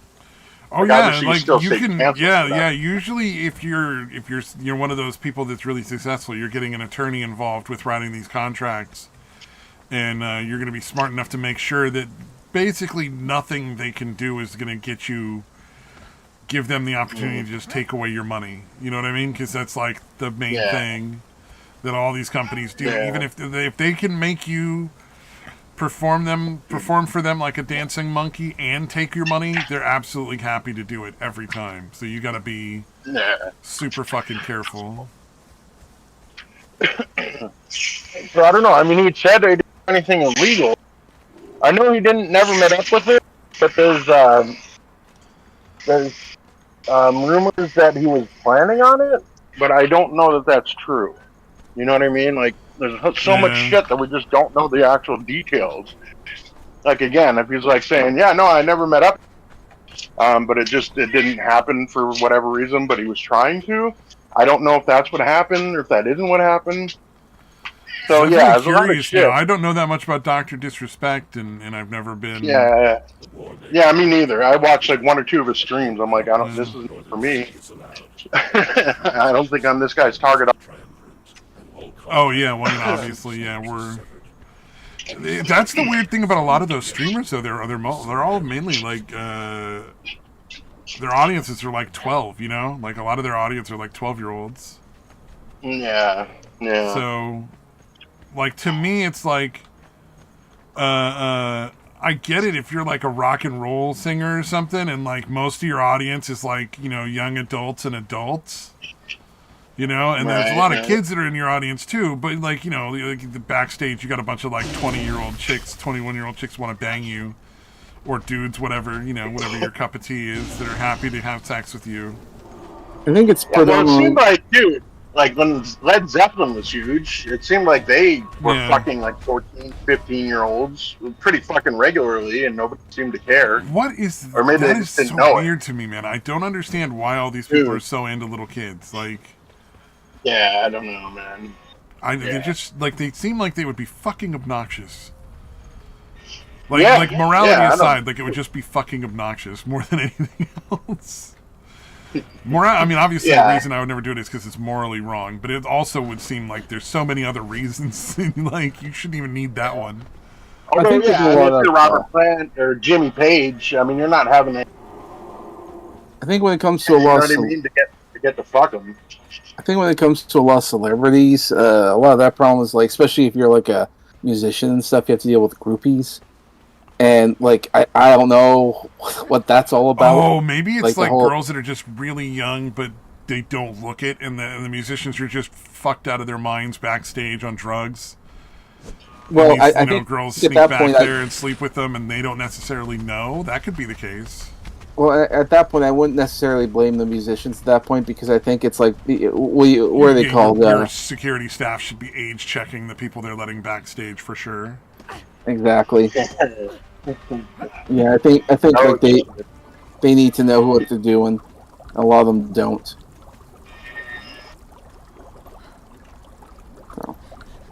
And then of course you get the older musicians like was it Gene Simmons or whatever from like Kiss and all that. You hear it because they used to hear legends about them having like these massive parties afterwards in the back rooms. And nowadays that you hear them, it's like, yeah, I'd like to iron my shirt. That's what I like to do after a show. You know, it calms me down. Like, what? A way out remains elusive. Yeah. Well, hopefully if it's like a legitimate, like, what do you call it? Like a legitimate... like crime or whatever, he gets punished. And the fellow prisoner. If not, you know, I'm curious to hear the details either way, but like that's all I care about ultimately. Yeah, I don't think we're gonna get the details on. Yeah. Who better? Oh yeah, obviously we're never gonna get the details. I just would like them. I know, obviously that's never gonna happen. That's what I'm saying because I feel like it does. He said he didn't do anything illegal, so he can at least still say that. So it bothers me when people start saying things like that, though, because you know, whenever they're it wasn't illegal, you're like, it must have been real fucking dodgy then. Like it must have been real fucking questionable here. So yeah, what I did technically wasn't a crime. That's not the best way to express whatever. Maybe. People might want to fucking murder me for it, but no, it wasn't a crime. It's really disgusting, but technically not a crime.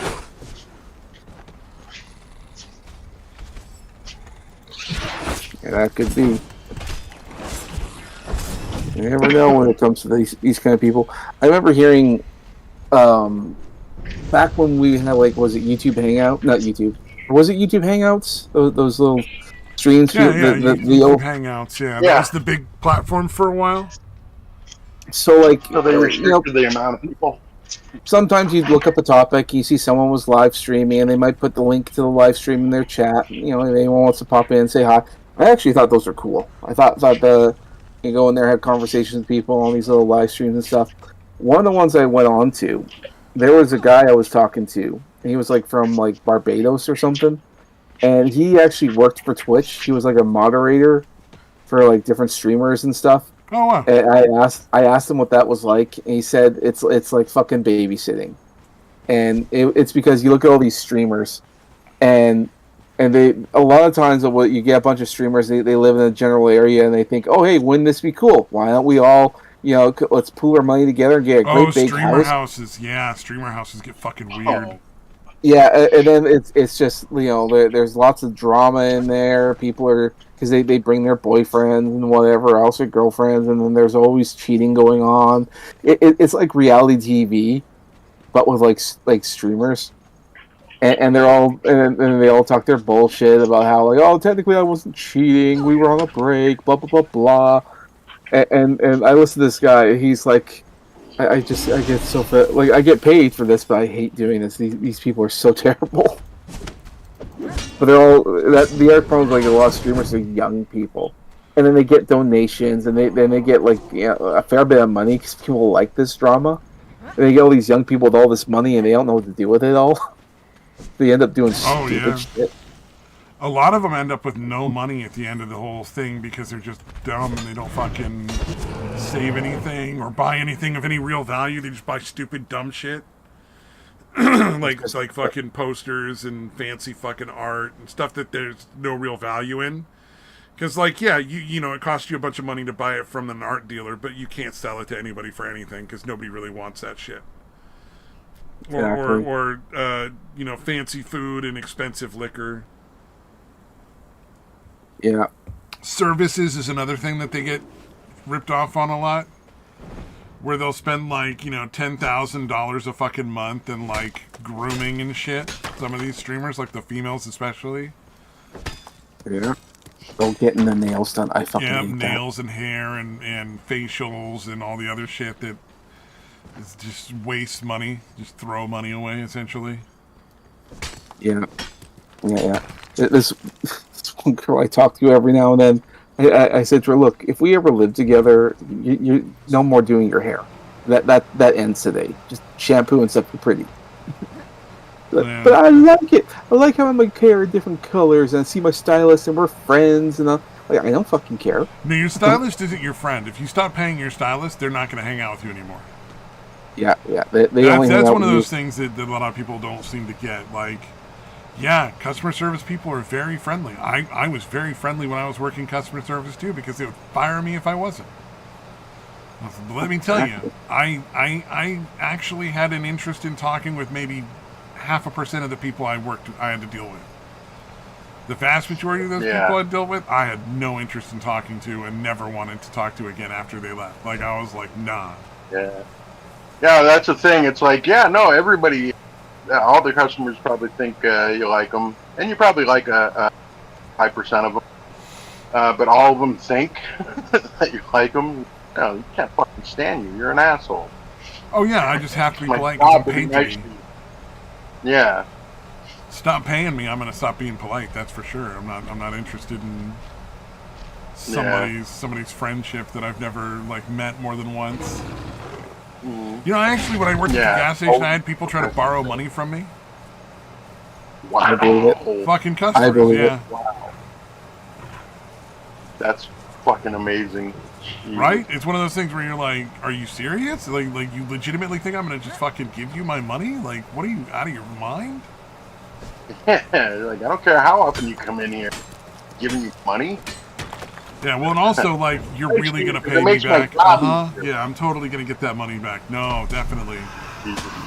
Yeah, I would imagine anybody that's asking the dude at fucking their regular gas station, yeah, that's the type's gonna pay you back, I'm sure. Oh yeah, that guy was definitely gonna give me back that $5 he wanted for cigarettes. I can't say I'm surprised. Oh yeah, no, I'm sure it's not that surprising. It was just one of those things where it was like mind blowing at the time. When it happens to you, it's mind blowing because you're just like, yeah. The I've never had that time, happen. It's like you but I've really never thought I in, was going to give you $5 for cigarettes. Like, fuck off, dude. If the dude was a taxi driver, he probably made way more money than I did. Yeah, he liked just trying to rip people off, probably. Oh yeah, well this was in like the fucking late 90s, early 1000s, so like 99, 2001, somewhere in that range. Right. So like, you know, he was driving a taxi cab and I was working at a gas station. There's no way he wasn't making way more money than I was. Yeah. Yeah, that's fucking nuts. I mean, is somebody that I assume it's somebody that came in, right? Oh yeah, he was a regular guy. He'd come in there every morning. So like the gas station I worked at was the only one in the area that was right next to a freeway. There was a Burger King in the same building. So like literally like at a certain point in the store, there's like Burger King's floor begins, but there's no actual separation. Like there's no walls between it. Right. So like, right. you know, half of it is a gas station and half of it is a Burger King. Plus we had at any point like 12 or 14 different pots of coffee brewing, different flavors of coffee. God damn. Oh yeah. It was super fancy coffee. There was a whole bunch of different flavors of creamers that they could get, and it was about a buck and a half was for the biggest cup of coffee we had, which was like I think a 16-ounce cup. So you could make a 16-ounce cup of coffee for a buck and a half, whatever flavor, coffee. You want cinnamon coffee with like hazelnut cream. Do all your fancy like flavor mixes and whatever. Sugar, non-dairy stuff, all the things, everything you could want for coffee was there. And like it was right next to a freeway, so like we had people in there in the morning just slammed from like about 5:30 in the morning till about 10:30, 11 o'clock in the afternoon. It would just be slammed. There would be so many people coming in for coffee and cigarettes, and like they'd buy sandwiches and Burger King and all that kind of stuff. So it was definitely like a pretty constant thing. Right. And like the cops would come in and get coffee from us all the time. Yeah, it was pretty cool. Oh yeah, and for 89 cents you could refill your cup as many times as you wanted, like 89 cents each refill. So if you were going to be in the area during the day like the taxi driver, he would, come in and get a cup of coffee in the morning and refill it like 2 or 3 times a day. And he drank a shit ton of coffee. Smoked a fuck ton of cigarettes too. I think he smoked, more than like 2 packs a day. Although the fun people were always the lottery people. The lottery people were definitely an interesting crowd. Yeah, the ones that buy the scratch-offs and like scratch them all off, like 30 scratch-off and scratch them off right in front of you, or in the store, basically. Oh yeah, and they give you tips. I don't know if you can still take them because now they have cameras and shit. Like I left just before they installed all the really creepy camera, voice response bullshit.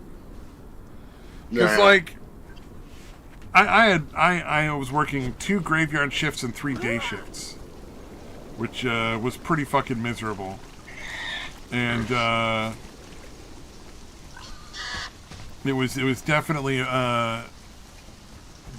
dead during the graveyard shift. There's very, very few customers. In fact, so few that it was kind of like, why are we even open? Like, just leave the gas pumps going. There's no way you're making more money than I'm making in my hourly wage off of selling 3 packs of cigarettes and 4 candy bars over the course of 8 hours. Yeah, plus having to keep the lights on, the AC on, heat on. I'm using water. Yeah, I'm using water to clean the floors and stuff. And like the floors were always pretty clean when I got there. Like I didn't have a lot of work to do. The day staff kept the place pretty clean. Like the bathrooms were always clean. The floors were always nice. Rarely did I have to stock anything on the shelves unless it came in like so late that the day staff didn't have time. So it was super like low key, easy job. And I had it set up where I had, because you weren't supposed to sit down while you worked there. You were supposed to stand the whole time. But I'd figured out a spot where you could literally like prop up your feet and have a nice sit and relax and lean back real comfortably, like by moving around the counters and the cigarette boxes on the counters the right way. And I'm like, that would have been ruined if they installed cameras. I'd have been busted. Like, why would I want that job then? Because it's like no real reason for me not to be doing that. Because I got everything else done. So why shouldn't I sit down and relax? Yeah. But yeah.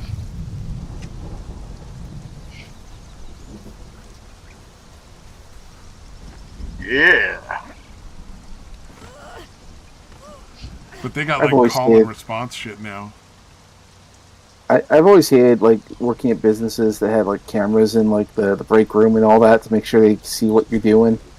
And the boss will check in every now and then. It's like, oh, that's creepy.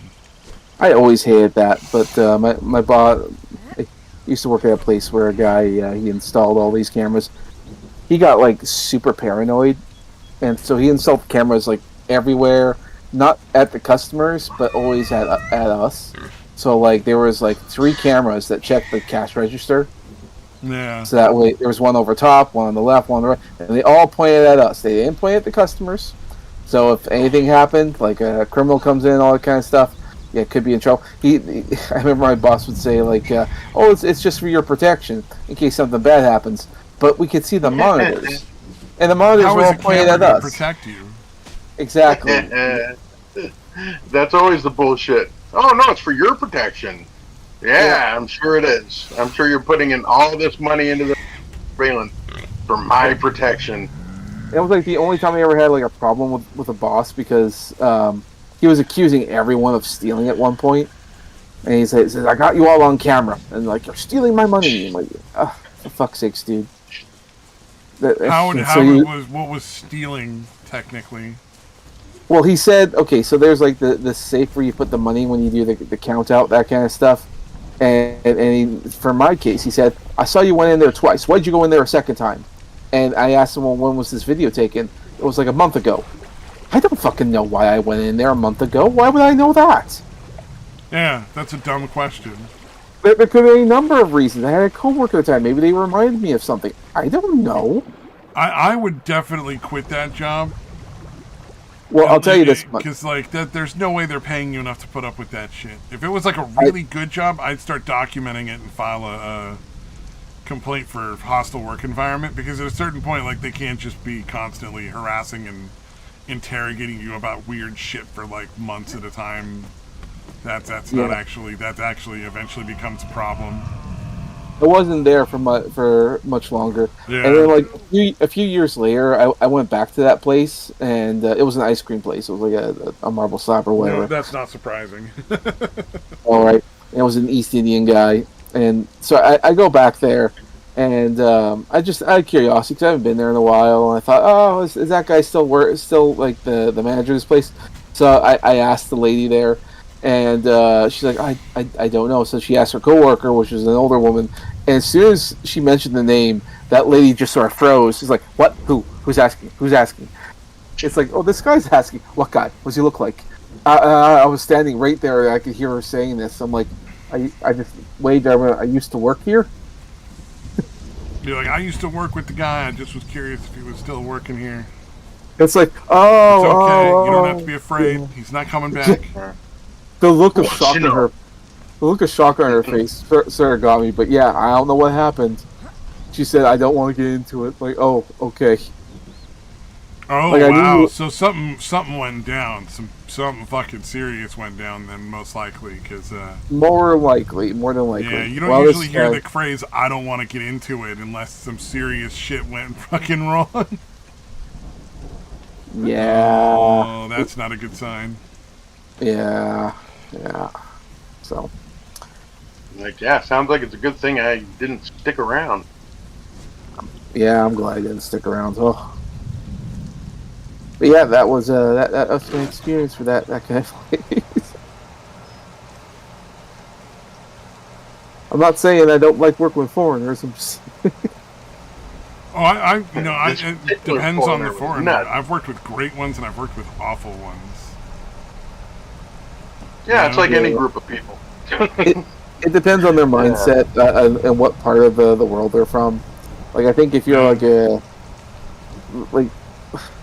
there was a short, angry Peruvian I worked with at Sears Auto Center that was a blast. That guy was fucking awesome.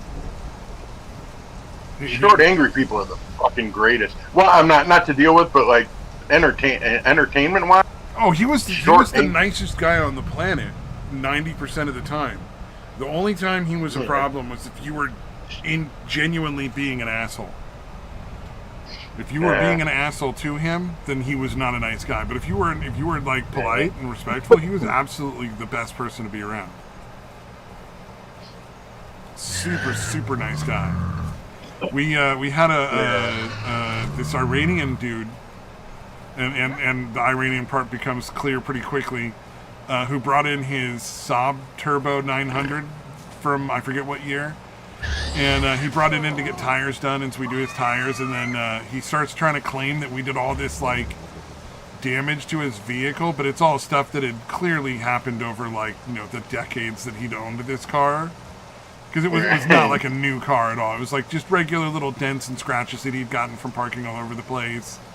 You know, normal wear and tear on a vehicle, and he was trying to blame us and get us to have to pay for it. And we were like, no, that was there when it came in. Like, nice try. Not only that, but none of our machines are even capable of causing that kind of problem. Yeah. You know, like, they don't work that way. So it was, he said he was going to come back in 3 days and blow us up. 3 days? Yeah, I don't know why the 3 days, but he's in 3 days, I come back, I blow up your fucking shop. And then the short, angry Peruvian guy was like, I'll fucking be here, bitch. I'll fucking eat your bomb and shit you out. It was just like, they fucking went at it for a few minutes, and it was glorious. Dude, short anger, dude, is, again, it's so entertaining. Short people angered. Oh, and you know what? Fucking amazing. He fucking had this giant lifted pickup truck that he was super, super fucking proud of. That he would drive. It was amazing. Not compensating. Yeah, not compensating for his lack of stature, I imagine. All I know is watching a man pull a footstool out of the floorboard of his truck by jumping up to reach it, and then putting it down on the ground, and then climbing on the footstool, and then climbing into the truck so that he was belly down on the floorboards. And then he'd have to like shimmy his way in and then get up and turn around and then come back around with like this big stick with a hook on it to pick the stool up off of the ground and bring it back into the truck before he left every day was fucking amazing. Dude, if that was me, dude, if you're that small, why wouldn't, dude, I would get like those, like the ladders they use in like, you know, where it's like all chains or whatever, so it bounces up really small. Oh, yeah. You can just throw that down. Oh, yeah. That seemed like it would be way better than all what you're describing. Like a roll-up ladder or something, or like pay the extra money to get like a ladder put in so that it like folds out or something and folds back in really easy. But it was this guy was he was a fucking character. He was also super nice. Yeah. Like, you know, you knew when you were working with him as because he was one of the managers. He was the back shop manager. They had a store manager, a back shop manager, and a sales manager, and he was the back shop guy. But you knew 100% of the time you could take a problem to him and he would help you figure it out. Yeah. And he wasn't going to be mean or shitty or rude or fucking write you up for something that wasn't fair. Like, if you fucked up and you needed to get written up, yeah, he's going to write you up. But not if you didn't do it. Yeah, not unfairly, yeah. I hear you. Yeah, that's so always nice. It was a lot of fun working with that dude. Hey, I gotta head out, so I'm gonna talk. Have fun. Hey, peace. Oh, he left really quick. Yeah, he must really be in a mood to jerk. Yeah, you know, he's really, really horny right now. Peruvians make him hot.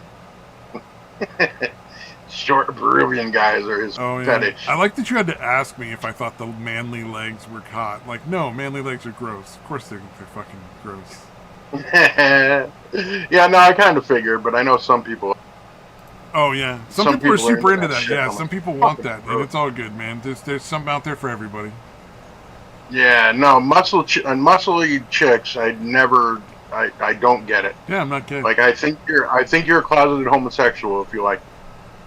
Okay, that's unfair, but no, I think I'm 100% on that side, by the way. Yeah, or it could be generational. Like, I don't know, maybe that's hot to younger dudes, maybe. No, I'm pretty sure that just makes you gay. Yeah, it seems pretty gay to me. Like, why are you wanting a chick with muscles? That's gross. Like, yeah. Although, yeah, I was gonna say, no, I'd rather have the tone, but I don't even need that really from a chick. Yeah. I like chunky girls with a little chunk. Like, not like morbidly obese chicks, but like, you know, a little extra weight's not unsexy. I like women. I'm a big fan. Yeah, they have the vaginas. I'm not gonna stress out over anything other than that. Really, more than that. Yeah. Honestly, yeah. I'm gonna stay by this, and I think a lot of people might disagree or think I'm full of shit. But really, personality is so much more important to me than any other aspect. Oh yeah. No, it's the older you get too. Like and especially once you fuck a few hot chicks, you're like, all right, yeah, no, you're a pain in the ass, all of you. Like none of you are worth the fucking hassle. Hot, unattractive, attractive, either way, I just don't like. I just don't give a shit. Like, because what's gonna make me find somebody attractive is gonna be their attitude. Yeah. More than anything else. Like more than if they're skinny or fat or muscly or not muscly. If they're a really cool person, I'm going to be more attracted to them. Yeah. All right. Now, have you always been like that? Because I can admit that I was not. When I was younger, it was pretty much all if they're hot or not. I'm not going to say it. Yeah, it definitely mattered, I guess, actually. There's some bitches that were hot that I had no intention. I think I kind of figured that out around high school, actually. So, like early high school, I was probably like, oh no, it's all about like what the person looks like. But pretty quickly, I started to figure out in high school that like, man, assholes come in all shapes and sizes, and I just don't want to fucking deal with them. Because there were some truly fucking reprehensible people I went to school with who were just awful people, and I never want to be around them. Yeah. No, there were definitely some chicks that were like, I don't care how hot you are, you're a fucking cunt. And I don't want to be around you for any period of time. Growing up when I was a little kid, and still, I think through most of my life, more of my friends were women than men. Like, I was friends with dudes, but a lot more of my friends in general happened to be women than men for the most of my life. Yeah, not me. Yeah, I don't know. Which is not the norm, I think, and so that probably made a difference in how I viewed it, Yeah. Because I knew a lot of girls, and I was like, oh, well, some of them are really fucking cunts. And yeah, they're super hot, but like, that doesn't really matter, because they're going to, like, I'm not going to be having sex with somebody that I'm dating all the time, 24/7. I'm going to have conversations, Yeah, it's like a random hookup maybe, but yeah, when it comes to, yeah, as you get older, you definitely, especially once, if it's a casual realize, one-night thing, looks are more important than anything else probably at that point, but yeah, although I didn't engage in that very much, like, at all. No, that's not a thing for me. So, never really got those. Definitely had a couple, the drunken fucking stands, but as a rule, I generally knew that I fucked for some period of time beforehand. Yep. I did take like a couple girls to the summer camp dance when I was a little kid, like still in grade school. Yeah. Multiple, like I took 2 girls at the same time to the dance, not like at different times. Yeah. I was a little player in fucking summer camp. Yeah, you were the summer camp pimp. Yep. All the counselors were like, Jesus, this motherfucker's showing up with 2 girls? Well, how'd he do that? He's fucking 12. Oh, man. That was funny. Yeah. Alright, let's see what else there is. Oh, do you see the Sky Rizzy? Which is... Sky Rizzy? The fucking medication called Sky Rizzy that I posted a link to. I feel like I'm waiting for the lawsuit, and I have no sympathy for anybody that purposely injected Sky Rizzy into themselves. Yeah, that's a tough one. No empathy for them at all. None. It's their own fault. Like, it was named Sky Rizzy when you found it, and you knew that was going to get you. It was a bad idea to fucking put that in your blood. Because it was called Sky Rizzy. Yeah, when I first heard that, I'm like, oh, okay. Retard, dumbass of the younger generation finally gotten into positions where they're naming drugs or whatever. For marketing. Or they're naming products. Yeah. Yeah, so what it is it's for ulcerative colitis. Was it colitis? There's another one that's similar to colitis. So if it's for digestion issues, but it's also for psoriasis. And the reason they call it Sky Rizzy, Crohn's and colitis and psoriasis. And it also has the effect of clearing up your skin. Oh, that's lovely. It gives you clear skin as well as, curing all these other weird illnesses that you might have. Well, that would raise your riz to the sky, I suppose. Yeah, Sky That Rizzy. could, in fact, raise your riz to the sky. Oh yeah, wait. Yeah, I've only learned the meaning of that word recently. Do you know what riz is? Yeah, it's For the young charisma. folks.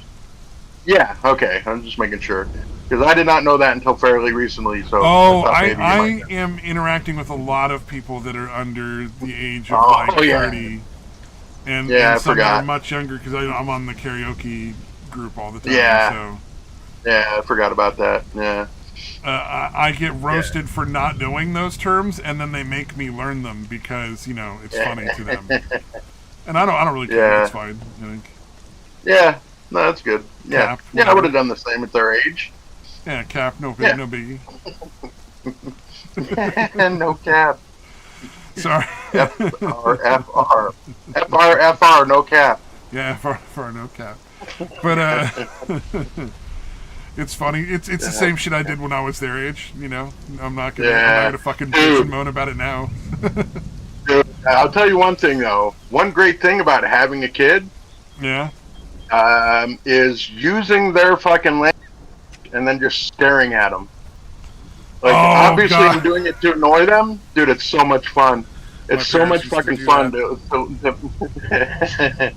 Yeah, I'll use the fucking kid lingo just to fuck with my son, Because dude.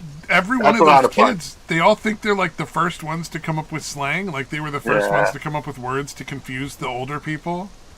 Oh, yeah. Like, oh yeah, you're the first group that ever did that. No one's ever done that Yeah. before in their life. You're Yeah. so I clever. told him, I'm like, you know how you say bomb all the time? Or, yeah, this is bomb? Yeah, that was ours. Yeah, we came up with it. Originally, it was the bomb, then dub bomb, and then just bomb. Yep. So, like, that's been around since I was your age. Oh yeah, and like we came up with rad and cool and tubular. All those kind of dumb words. Yeah. Yeah. And it was all as just to moronic fucking irritate fucking parents and shit like that. Like there was never any real like need for any of this language. Mm. Yeah, I feel like the internet has made it like accelerated it. Like there's so much new language because of the internet. Like, you know what I mean? Like it spreads so easily. Oh yeah, and it's almost all meme way more based. than it That's the did. thing. Is like something will become really popular in a very small microcosm, and then Yeah. they'll come up with a word based off of that meme, and then that word will apply to so many other things, and become basically just a verbal shortcut. For that a lot of Yeah. people use, even though most people don't even know what it's from originally. So yeah, it happens a lot that way. It's pretty crazy. Yeah, yeah. I feel like the ubiquity of the internet has definitely sped up all kinds of social shit. Like, you know what I mean? Like trends come and go so much faster than they used to when they had to be like, word of mouth, or had to slowly trickle out of California and New York or wherever. Oh And yeah, kind of like filter wherever the popular cultural area was that the stuff was coming from. Yeah, nowadays it's just instant. So fads, again, they disappear a lot faster, but they form, like the next fad or trend or whatever, everything gets old and replaced very quickly, Yeah. I think, due to the internet. Yep. Maybe not. Maybe that's not right, but it seems right. Bussin' was a big word for like 6 months, and then now I almost never hear it anymore. Oh, yeah. But for the longest Straight time, bus. I just constantly, that shit be bussin'. Oh, fuck. And I'm like, yes, I that should word is record good. I myself. understand. I know this word. I know what this word means. I am hip with the kids. Hello, fellow teenagers. So you approve. I understand that you approve, young sir. Yep. What's funny is Oh, there's people that are like in their late 20s, early 30s that are also in the group that like to give me Oh, shit God. and act like they're super young. Like they're like, oh Yeah. yeah, you're fucking old. I'm like, you're not that far away, motherfucker. You think you're still young, but Right. you're a year Yeah. or two from like a bad back yourself. So you best be careful there, little man. Yeah, I was trying to remember, I remember, it definitely, like, my mid-20s, I still felt like, no, I know what's going on with the youth or whatever. I think it was probably that same amount of time that I didn't really care, but I still like kind of wanted to be informed of it for some reason. But yeah, there's certainly a point where you're just not paying attention. Although again, that was back before the internet was what it was, so you're kind of confronted with any of the new shit. Yeah, I don't get that. a choice now. Like I'm gonna hear Yeah. about all this shit. No one way or the other. But dude, it is so fun. Yeah, it doesn't really have to be your actual child. Just any younger person you're around, dude. Try throwing the lingo and let them know you're doing it to fucking make them cringe. It's so much fun. Oh, I do that occasionally with the people in the group. Yeah, I'll use like their terms intentionally. So much better in person, though. Oh yeah, it's better in person, no doubt, no doubt. Oh man. Although it's still satisfying either way. It's you can hear an satisfying audible either groan. way. That's the thing. I like to use their terms to make dad jokes. That's what really is, I think, absolutely magical. It's the most fun Yes. that you can have without spending money, in my opinion. Right. I'm always happy to make a dad joke out of like bussin' or something like that. Yeah, absolutely.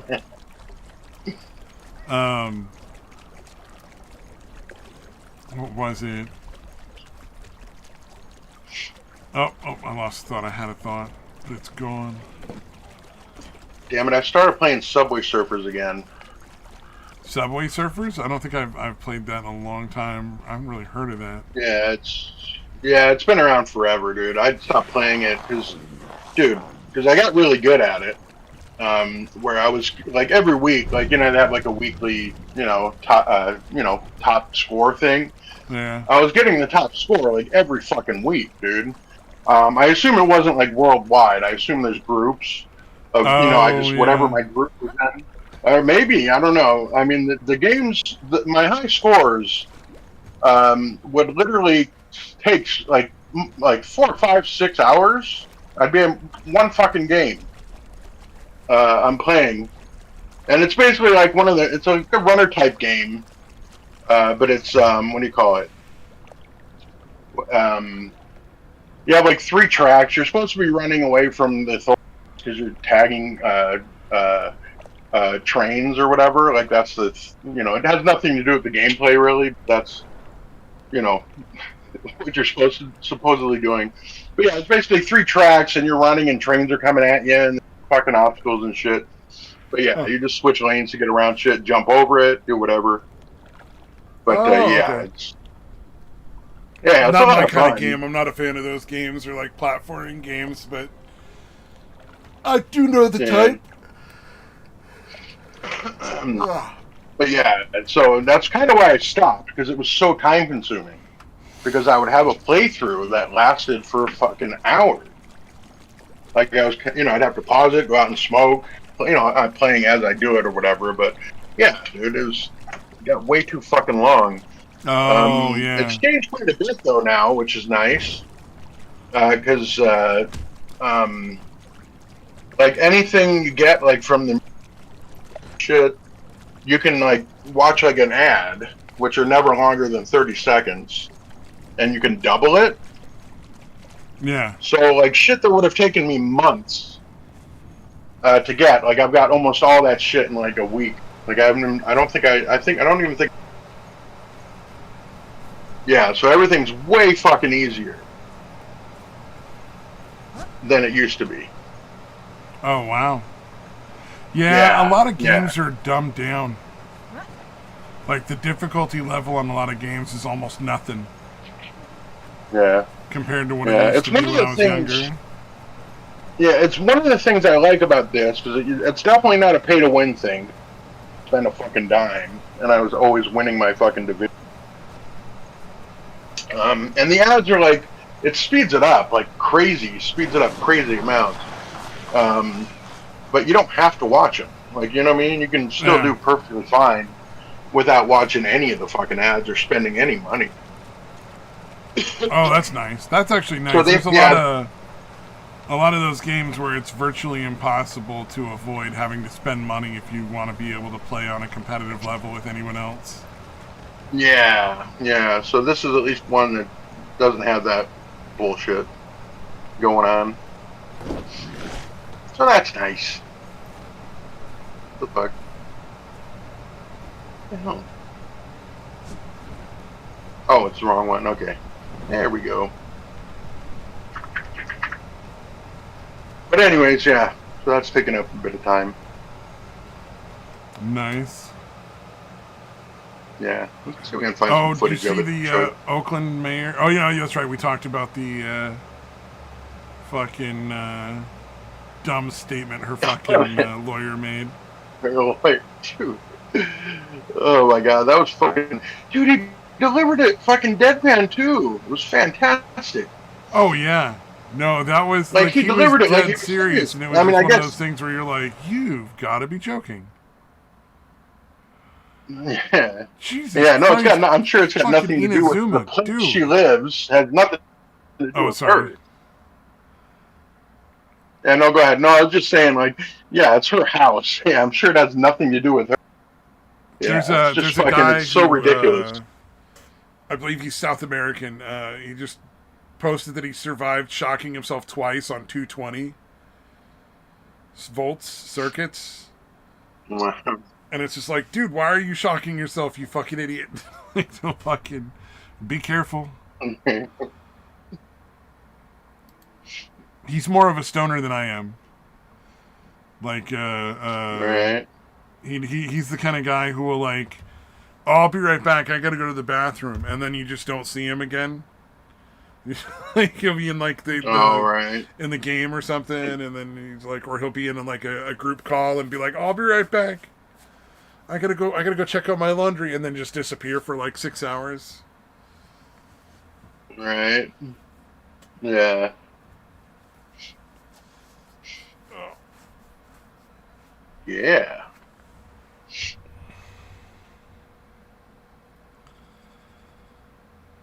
Oh, man.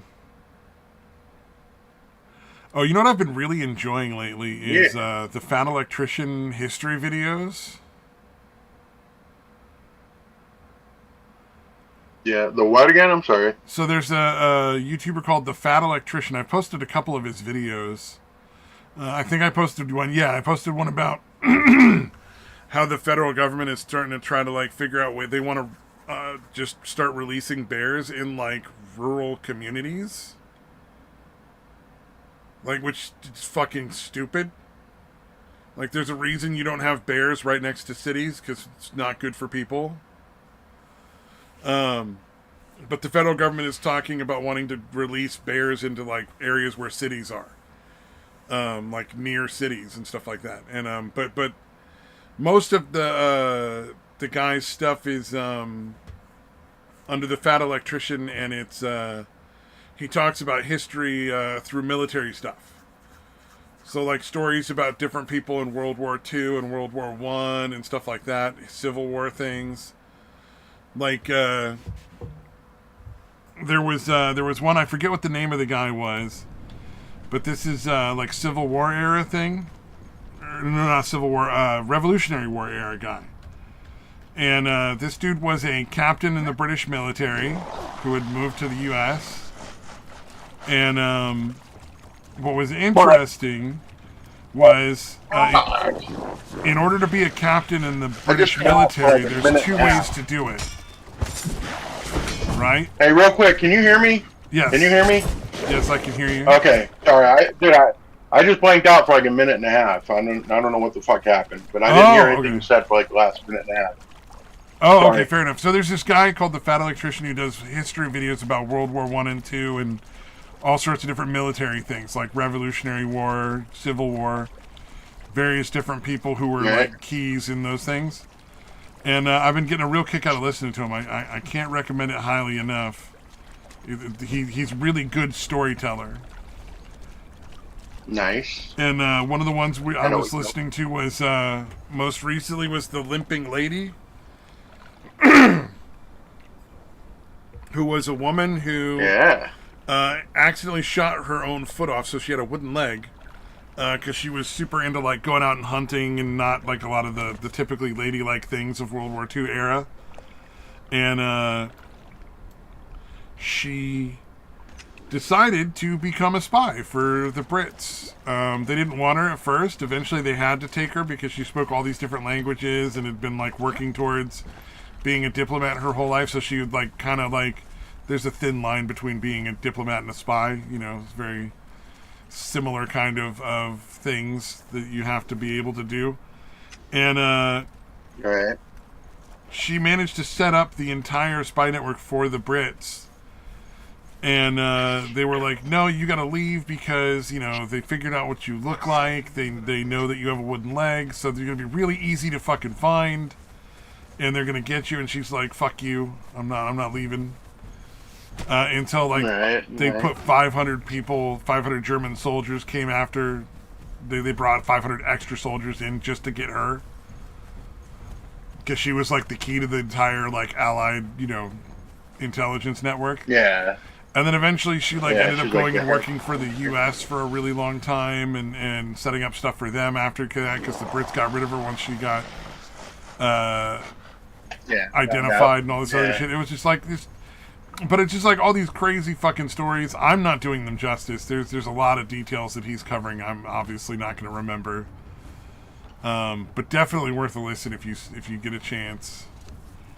Yeah, I saw it. I was planning on watching it, but I didn't really have time before the show. Definitely interesting, though. But there's a lot of these different stories. The one thing that's really interesting to me, though, is almost all of the people that were really, really good at what they do in these wars were, like, disabled in some way. Oh, yeah. It was so strange, right? Like, so having bad eyesight is one of the most common things for a really well-decorated soldier in World War I and II. It's crazy. Yeah. Huh. Like, there was... Okay, so there was a guy who got hired... Or not got hired. He ended up sneaking his way into the military by memorizing the eye charts, right? Because one of his eyes was bad. But it was World War II, and they were like, shit, we need everybody we can get. You know, I guess we'll fucking ignore this. Like, he managed to sneak through just the right way.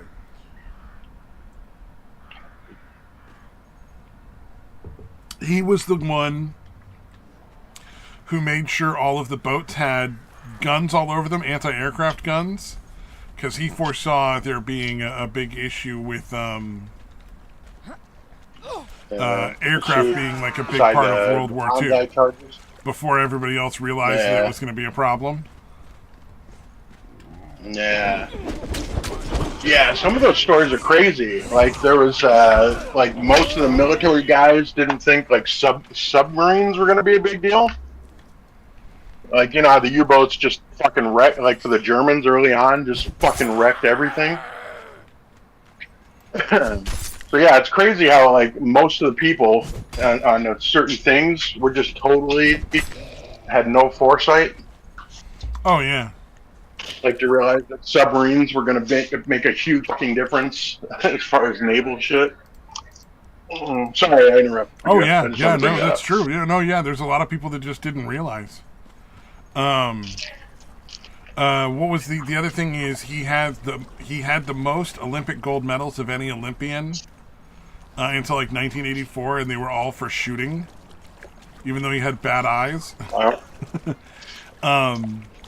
He worked with I forget who he worked with, but he worked with another group of people to rewrite and redesign all of the methods for shooting guns off of the big ships so that they could be more accurate. Oh, wow. Because, like, when you're shooting over the distances that, like, battleships are shooting from, you have to take into account the curvature of the Earth, and they weren't, and thus were being very inaccurate. So, like, yeah, they could be several fucking kilometers away. Yeah, he was integral to World War II, our ships being a dominant force, because he was the one that made sure they had all the anti-aircraft guns they needed before it was ever even considered that they would need them. he was the one that taught them all how to shoot properly farther away than any of the other enemies could even come close to, way before it was even necessary. Yeah, that's funny that they didn't even think like, oh, right, the Earth is round, so we should probably factor that in. Yeah, Like exactly. I'm not a math guy. Like, I would never have considered that. Like, if I hadn't heard that when he was talking about it, I would not have thought that that was a thing you'd need to do. I would never have thought of that. I would have just been shooting the guns at things with, like, a fucking X on it, you know? Yeah. So, yeah, it's fucking, especially on the ocean, it's, like, flatter than land for the most, you know what I mean? Like, it looks completely flat, obviously, from almost any direction. Oh, 100%, absolutely. But yeah, there's like just a ton of those stories. There's like, you know, people that you know, did crazy shit with like the submarines. There's like a guy that was super important with tanks. For instance, like the Germans weren't the first ones to come up with the Blitzkrieg. That was actually something that was come up with an American came up with that.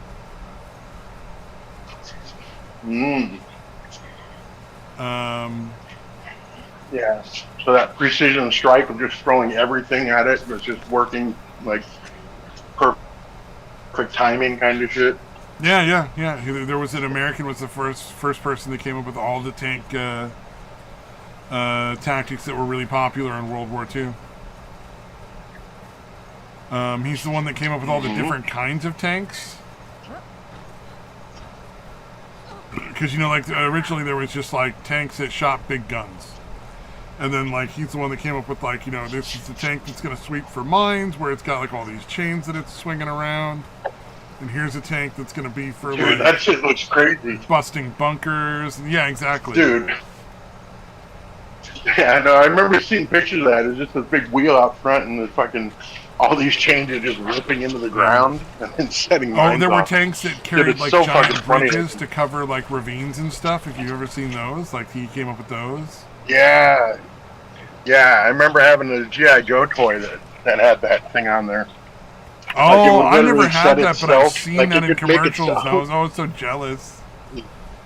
I was always so like, man, I didn't get a huge amount of toys. Yeah, I didn't get a huge amount of toys, but that was definitely one of the ones I had. Because, I would carry it over the top, and you could just, swap down in front of it to go over anything. Yeah. Oh, that looked so fun. I had like G.I. Joes. I think I had more like Transformers that were pretty awesome than anything else. Yeah. I had a few. I'm trying to think. I definitely had Grimlock, Megatron.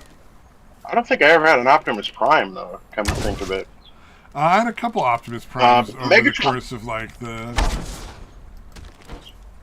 I like Starscream. I think Starscream was my favorite Transformer for some reason. Like, the guy that was constantly trying to take over control of the Decepticons from Megatron. Oh, yeah, the airplane guy. He was a fun guy. Yeah.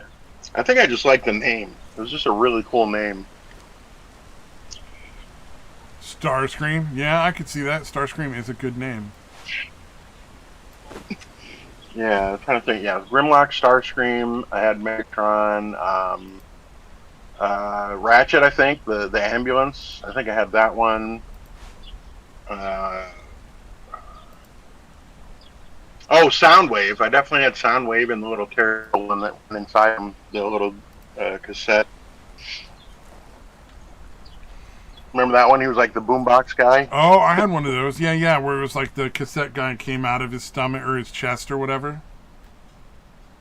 Yeah. Some of them were very impractical. Like, where are you going to disguise yourself as a gigantic boombox and get away with it? Whatever. Didn't think a lot about that when you're a kid. Fair enough. I'm trying to think. There was one I had that was like the coolest one was where it was a bunch of cars that you put together, and then they make a big robot. Yeah. Oh yeah. I was always super like proud. Was that of actual that Transformers? Was that actual Transformers, or was that like a knockoff? I remember there being a knockoff version that did that. I don't know if there was Oh, I don't know, because Transformer one. when I was a little kid, I don't know about any other little kids, but like me personally, I didn't really see a huge difference between like Transformers and like GoBots.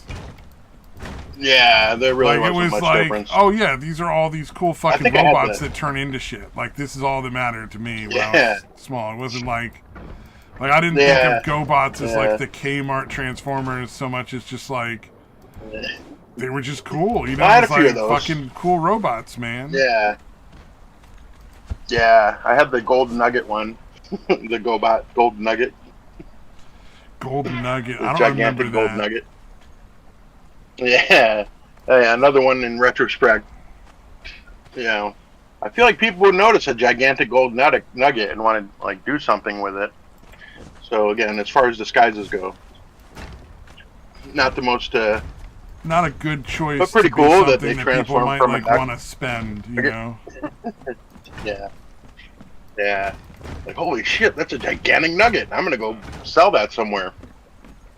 Damn it, my cover is blown. It happens every time. Yeah. Who knew how valuable gold was to these people? Oh man! Every time I think about Dude, I had a Transformers friend now, that I'm so sad because the movies just got so terrible. Yeah. And just got more and more over the top, dude. Dude, I had a friend that, like, it's kind of weird, the perceptions, because, like, his family was not wealthy, but his mom spoiled and, like, fucking rotten. Like, she must just spent all her money, like, on whatever he asked. He had, like, all 5 Voltron. Oh, there's that's one of those weird things. So like, there's a lot of parents out there who do that, who will just give their kids like everything, even if like they starve to death all their or money can't on pay rent or something. Like it's crazy. Yeah. I mean, what was it? There was that lady who was like, who was telling me how she had to bargain with her kid to like fucking get him to go to bed. And the kid was like fucking like 10 or something. Or no, it was 5. It was a 5-year-old. And it was like, you don't bargain with a 5-year-old over bedtime. What are you doing? Like, I was just baffled by that. And I actually said that out loud, which was a huge mistake. I'm like, no, it's what are you, dude, fucking, talking about? Why would you fucking bargain with a 5-year-old? Like, is something wrong with you? Yeah, no, yeah. Women seem to be the ones that struggle with that by far. You know, being there's like, nothing shut to the fuck discuss. up and go to It's bed. bedtime. You know what I mean? That's what it is. Yeah. Yeah. But yeah, for some reason, because like all my friends had kids, like fucking hated the fact that we had to be the ones to always lay down the fucking law and like yell at the kids because the fucking moms don't know how to fucking do it or just refuse to. Yeah, or the worst is what if they get mad about it? That's the worst, right?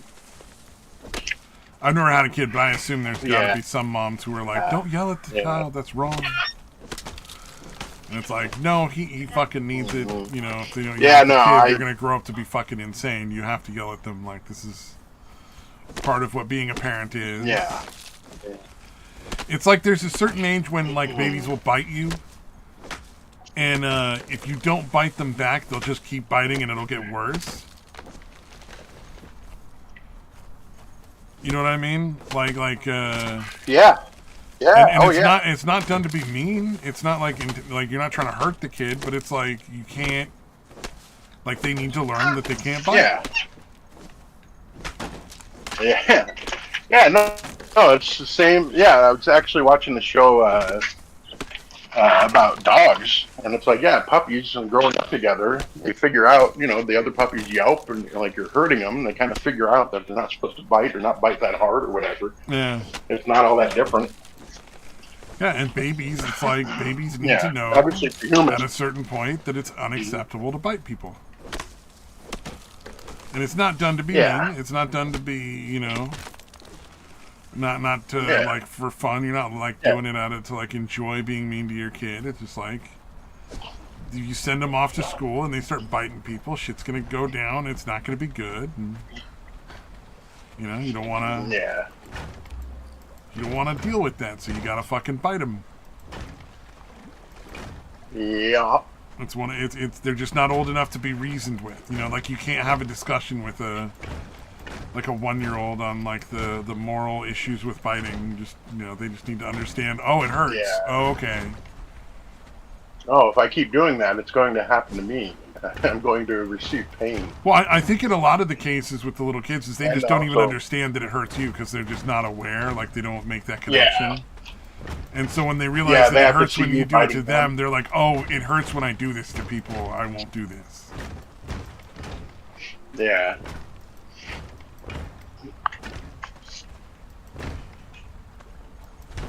Yeah.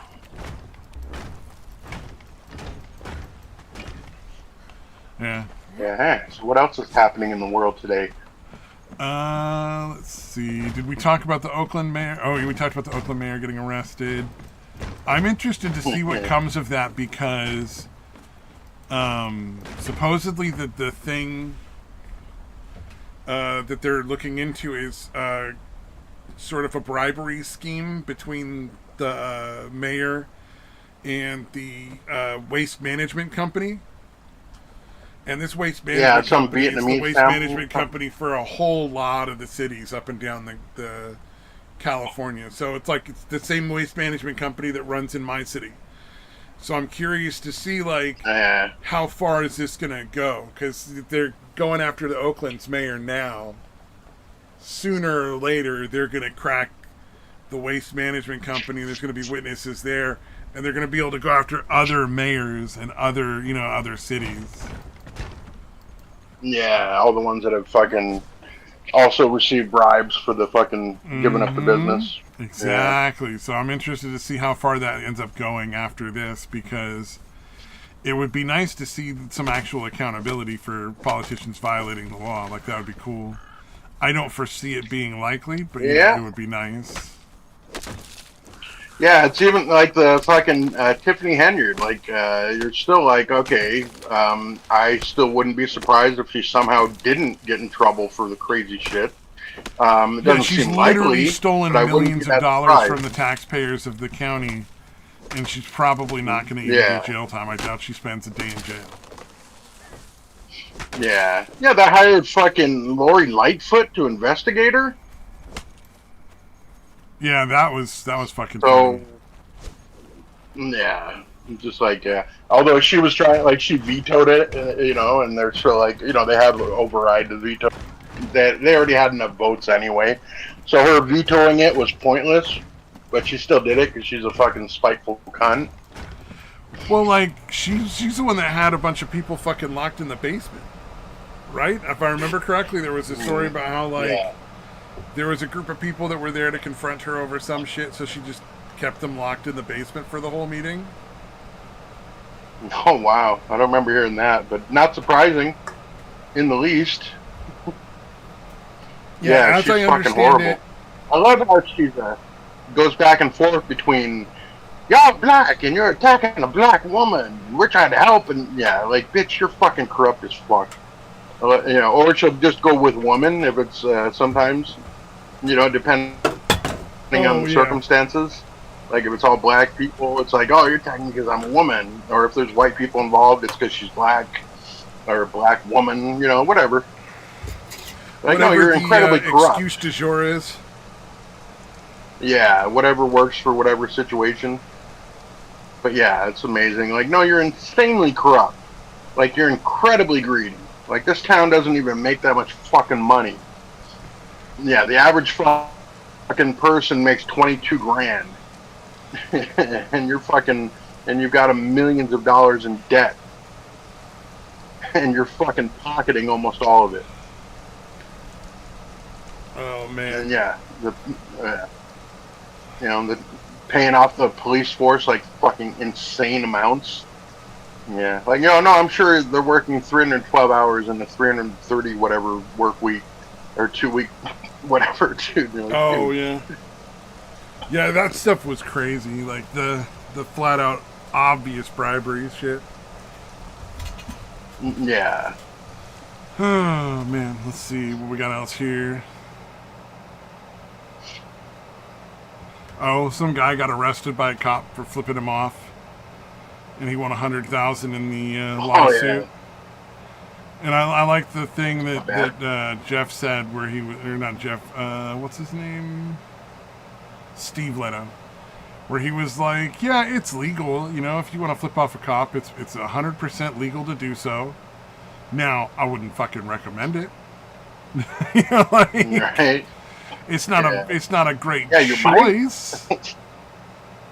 Yeah. You know, I wouldn't do it.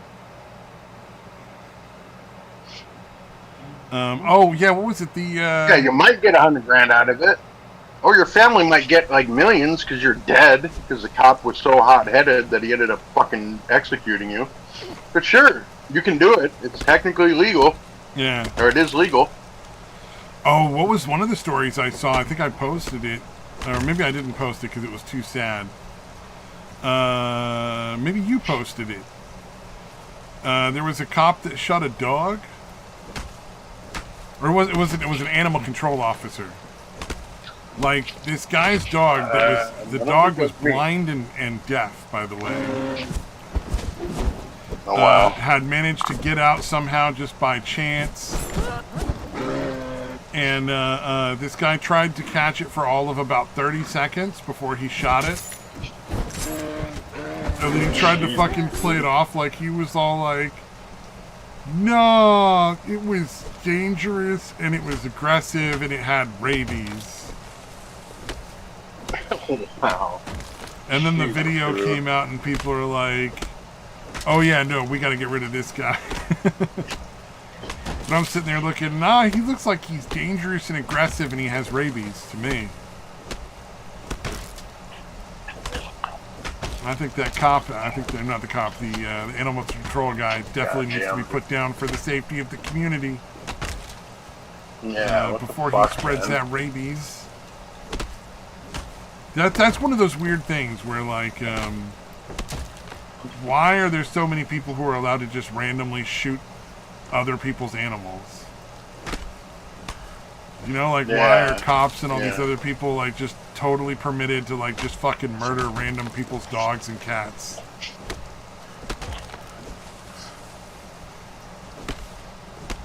Like, there needs to be some real consequences. Yeah, it's one thing if they're, like, the dog's actually attacking and, like, biting you. Yeah, if there's literal evidence of physical attack from the dog, I get it. Absolutely, you know, you have to stay safe. And a dog that's going to attack you will attack somebody's kid, definitely, so you can't let it, you know, run loose. But, like, if you don't actually have any evidence and you just randomly shoot a fucking dog, then you should definitely be doing some time. Yeah. Yeah, that's pretty evil. Yeah, I hate pets and I would never do that, you know? Like, it's just... Mm-hmm. Such a weird choice. Yeah, it's almost like, the only people that take those jobs are people that absolutely love animals or absolutely hate them. Yeah, the thing that gets me is, like, the number of cops that are just happy to shoot some random fucking family's pet. Yet, like, if you fucking, raise your hand to stop the fucking canine unit from ripping your arm off, you're assaulting an officer. Yeah. It's like, yeah, it's definitely bullshit. That seems unbalanced to me. Yeah, seems a little unfair.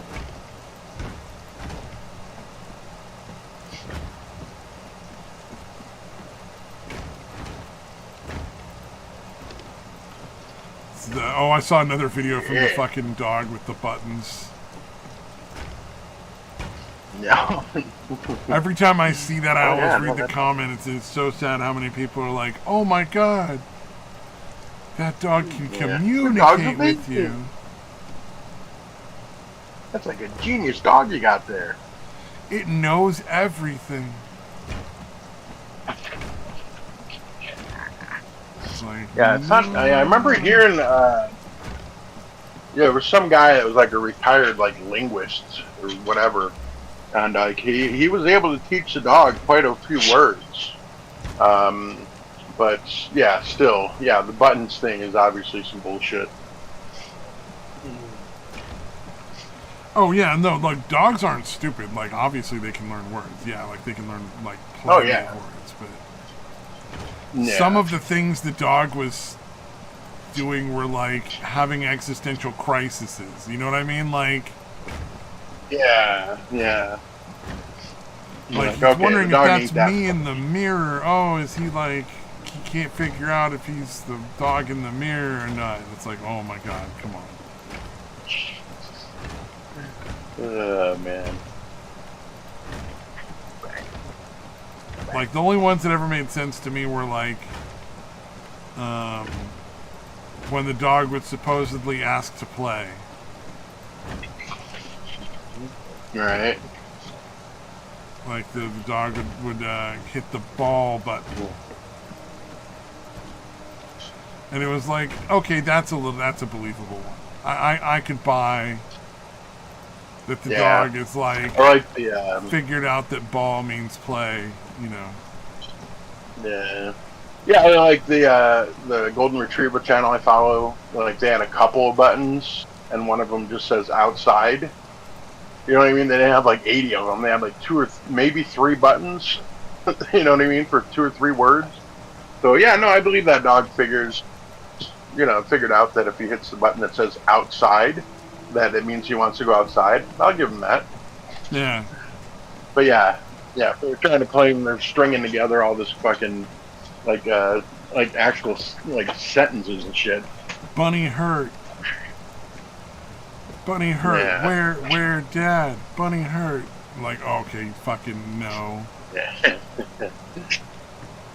Yeah, you're like, I bet he's just hitting random buttons and you're fucking, they're not even actually making noise. He's probably just like, oh yeah, editing that shit in. You know what I mean? Well, so see, the thing is, like, it's entirely possible that the people who put the buttons down genuinely believe the dog understands. Because they're just projecting their own things onto the dog. You know what I mean? So like, it's entirely possible that they're dumb enough to think that dog actually can talk. Yeah, that's a good point.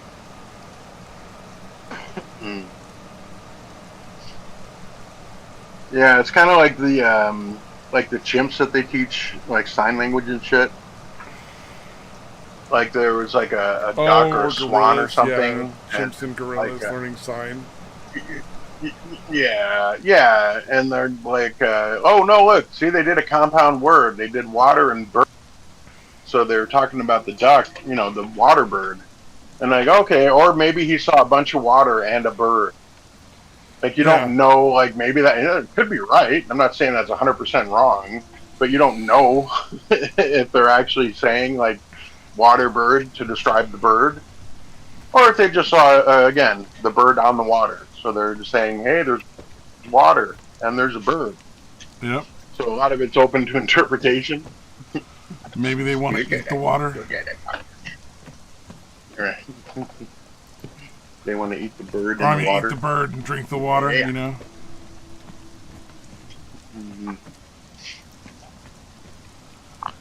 So yeah, there's definitely occasions where people are, dishonest or not, seem to be doing a bit of interpretation and possibly giving these animals more credit. Yeah.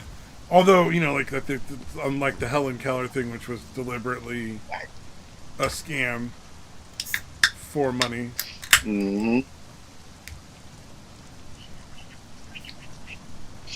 Yeah. Oh yeah, I assume chimps can probably. Yeah, they can probably. They're highly intelligent as far as animals go. They could probably learn quite the vocabulary. There was a school of thought in psychology in like the 70s almost into the 80s, where it was called, oh, what was it called? Assisted speech therapy, I think it was called. And they would take Dude, people I just saw a who video were... on it. Oh, you saw a thing on it? Okay. Yeah, So you know what I'm talking about? Where it like was, they would try to like guess essentially what the person was fucking trying to say, and then help them say it. Like it was like yes. It was so Except fucking all dumb. they were doing was talking for them and, Yeah, and saying that that's what they were trying to say. Yeah. There was Did I actually post that? a case where I think 'Cause it was the eventually a one- murder was involved, where this woman Yeah, tried well, to yeah, like, the one that I saw. I think there was one that I shared. The one where the bitch, it's the one where white the guy chick was the girl was fucking the guy. Yeah, the retarded black dude. Yeah. Sorry, the developmentally disabled black dude. Yeah, she was doing that shit. The fucking assisted speech shit, claiming that he was communicating, and man. yeah, it blew him, and he seemed to like it. Yeah, that's a weird one. I can't imagine sucked why his cock, a guy and would he like seemed to having like his penis sucked. Yeah, that's very high functioning stuff there, dude. It clearly means he's fully fuck. in control of everything. He's just way smarter than we thought.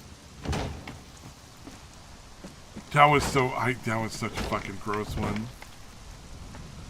You know the weird thing is though, like, that actually happens has happened where I work multiple times, and you know what? It has never been one of the guys banging one of the ladies. It has always been a female staffer banging one of the guys. Wow. And in a lot of the cases, Yeah, that's odd. ew. Like, that's the guy that smells like pee all the time. Like, what the fuck are you doing? Yes. Like, there's other clients we've had before where it was like, if you were going to sleep with one of the guys, like, that guy's at least marginally attractive and clean. Like, that guy doesn't fucking regularly clean his clothes more than once or twice a month. You know, like, oh, God, so fucking gross. Dude, I remember, god damn it, I can't remember what the fuck it was, but it was some bitch that was married to like a fucking super rich guy, right? And she would basically like take a limousine down and fucking pick up a homeless guy and like fuck him in the limo. Oh, that's so weird. So, dude, yeah, it's fucking bizarre, dude. There's got to be some kind of fucking explanation for that, I guess.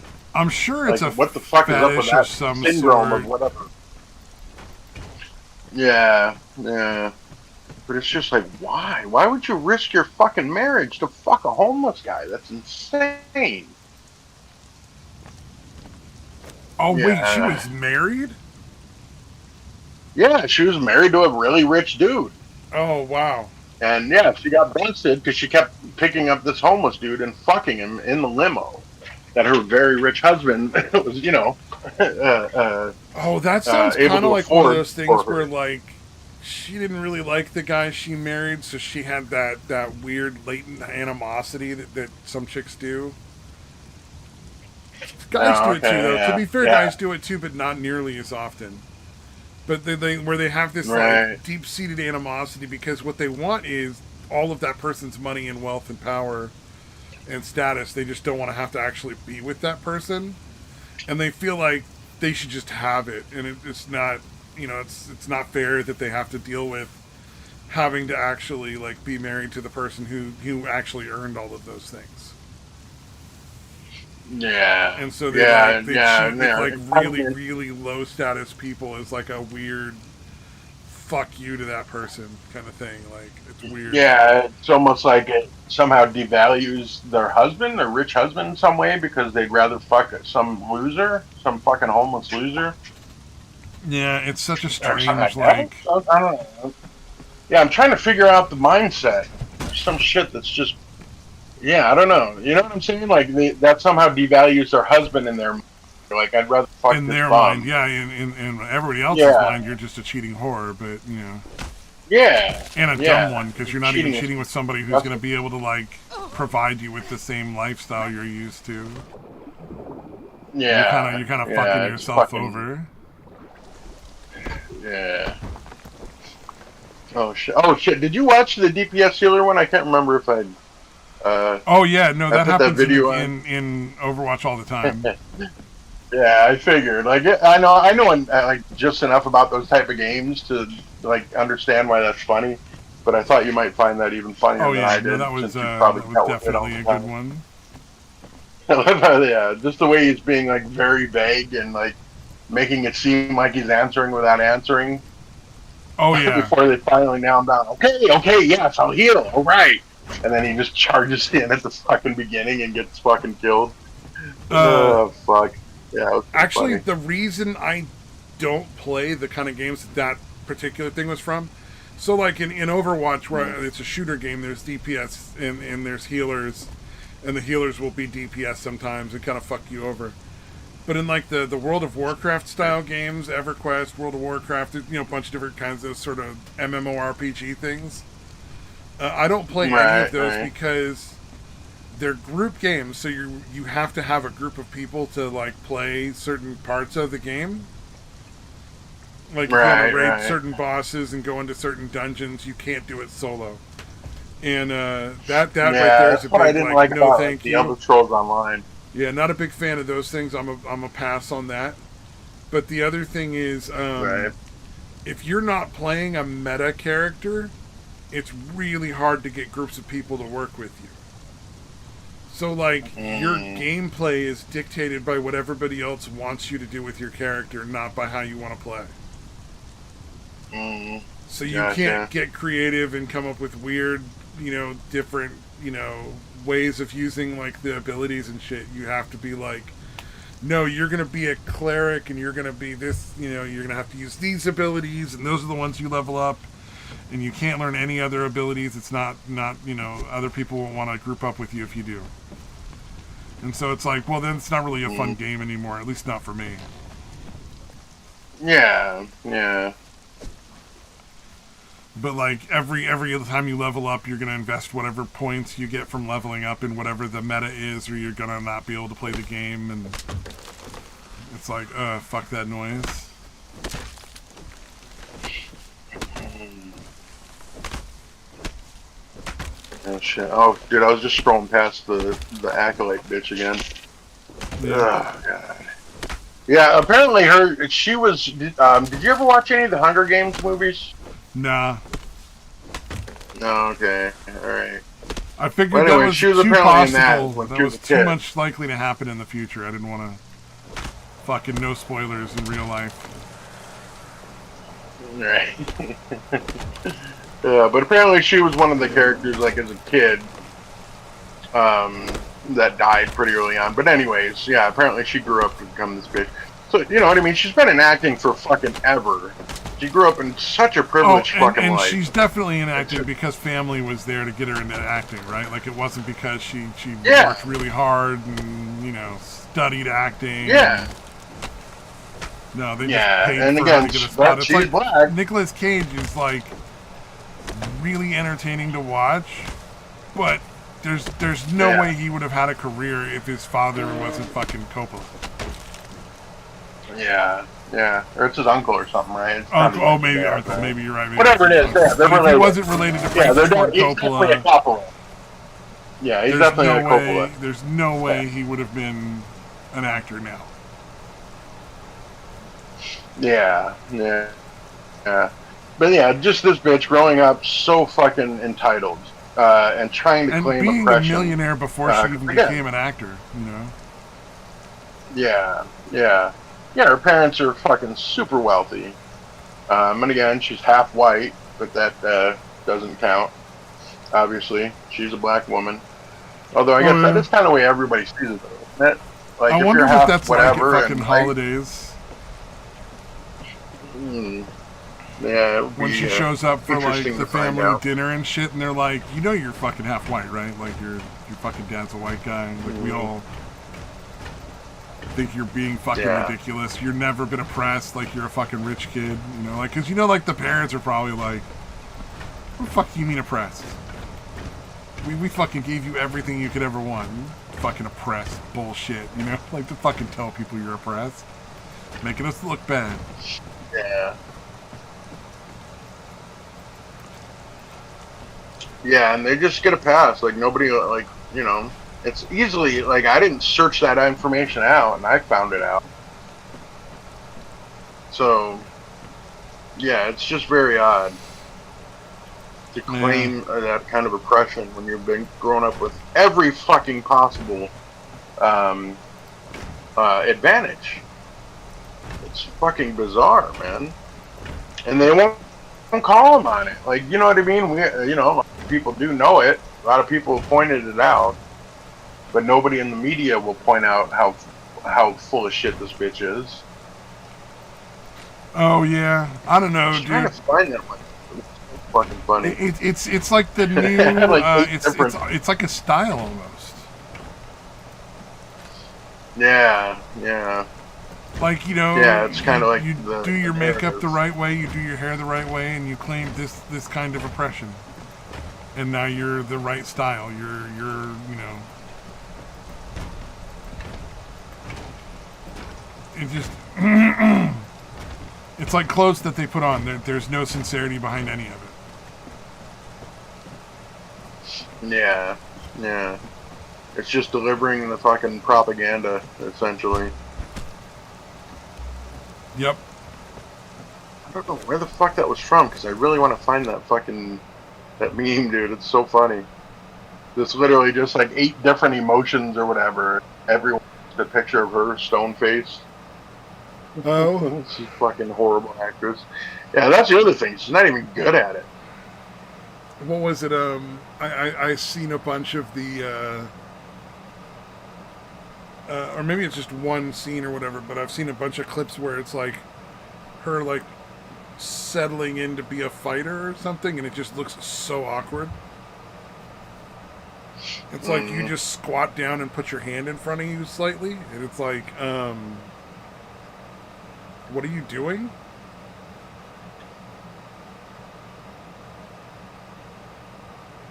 Yeah, Jesus. Oh, did I say Dr. Disrespect's age? I don't know if we did, but I think he was like 35 when all that shit was supposed to have happened. 42 like years old now. Yeah, 42 years old now. Yeah. Yeah, so all that shit happened like 7 years ago. So I guess he got an extra 7 years before he got canceled. Yeah, so he was 35. Yeah, like I said, either way, I know it's fucking gross. Yeah. I just wanted to know more specifics to be like, all right, does he deserve to lose his entire career? Does he deserve to just be made fun of and lose a lot of all of his sponsors for now? Or, you know what I mean? Like, as fucking disgusting as it is, like, does he deserve to be completely destroyed? Yeah, I don't know how you justify any of what that guy did. Yeah. No, I'm not. Yeah, definitely not justifying it. But does he deserve to lose everything? Yeah, no, I'm talking from his perspective. Like, I don't know how he's going to be like, well, it wasn't illegal. Yeah. Yeah, it's odd, but anybody that gets that kind of fame is going to be a little fucking narcissistic and justify it in some bullshit way in their head. Oh yeah. Yeah, I guess you don't want to like you want to say something so that your audience doesn't like go away. Like you want to avoid losing your audience.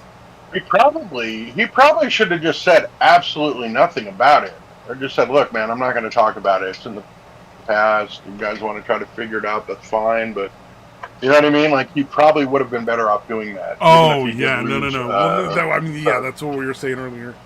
What I was saying earlier is you talk to a lawyer and a publicist before you do anything online. Like, don't be dumb. If you're that level of famous, like you should hire a fucking publicist during that kind of thing, and let them fucking do all your tweeting for you. Yeah.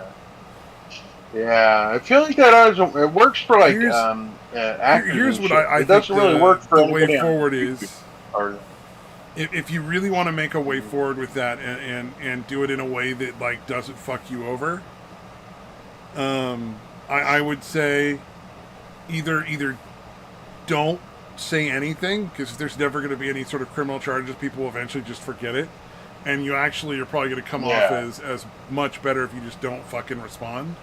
People are going to be like, well, he doesn't respond to it, he yeah, doesn't talk about it, and, I mean, whatever, and they'll get bored and fucking no one will care. Or you say, look, I didn't understand that the people I was talking to were underage. I'm very, very sorry that that happened. And I've taken steps to remedy that so that it will no longer be a concern going forward. You know, like that would be your other excuse. yeah. I don't know that any of that is true. I'm just saying, like, that's the two things I can think of. Yeah, yeah. I feel like you could have been like, yeah, no, I messaged a bunch of. I think I just mixed up who that person was and I forgot their age. Like that's a Yeah. pretty plausible. Yeah, I was getting a lot of DMs deniability from a or- lot of hot-looking chicks, and I couldn't tell their age all the time, and I was really stupid, and I didn't think to. I didn't consider Yeah, I that wasn't paying somebody close might enough lie to me attention. about their age, or that I might not know the age of the person I'm talking to. Because I imagine anybody of that level of fame is getting sexual DMs constantly, like every fucking day. Hourly. Yeah. Yeah, and like me multiple personally, times a day. if I reached that level of fame, I would have somebody else go through and just Yeah. politely ask the person not to send any more. And then Yeah. if there was even remotely a question of the age of the individual that had sent that, I would 100% turn that over to the police.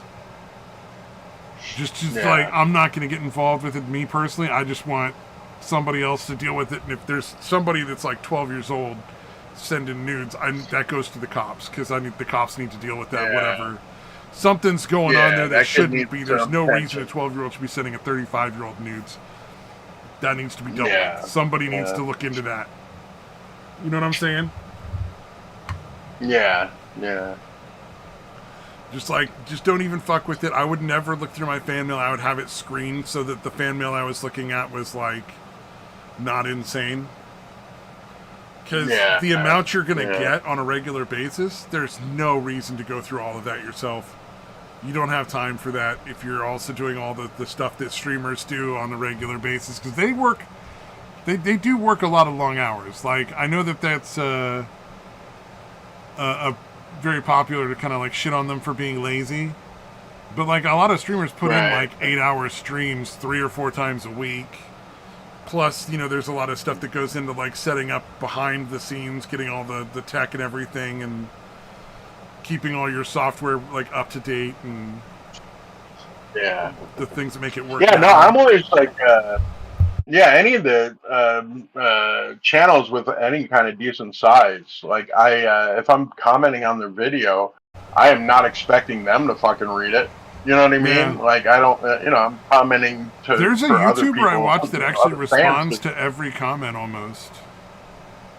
the But guy his from the channel Lore is still Lodge. really small. Yeah. The guy from the Lore Lodge usually will respond. How many? I don't know how many subs he has now. It's a decent channel. Let me see how many he His has channel's now. 18K. He's buddies with or not. The one that I'm talking Yeah. about is Let's see, what 18,000 is the subs Lore Lodge? now. And he's responded to Yeah, every comment the I've Lore- ever oh left. shit! Wow. Yeah, the Lore Lodge guy, almost 500,000 subs, and Oh, still he fucking responds to everyone? Not to Damn. every message.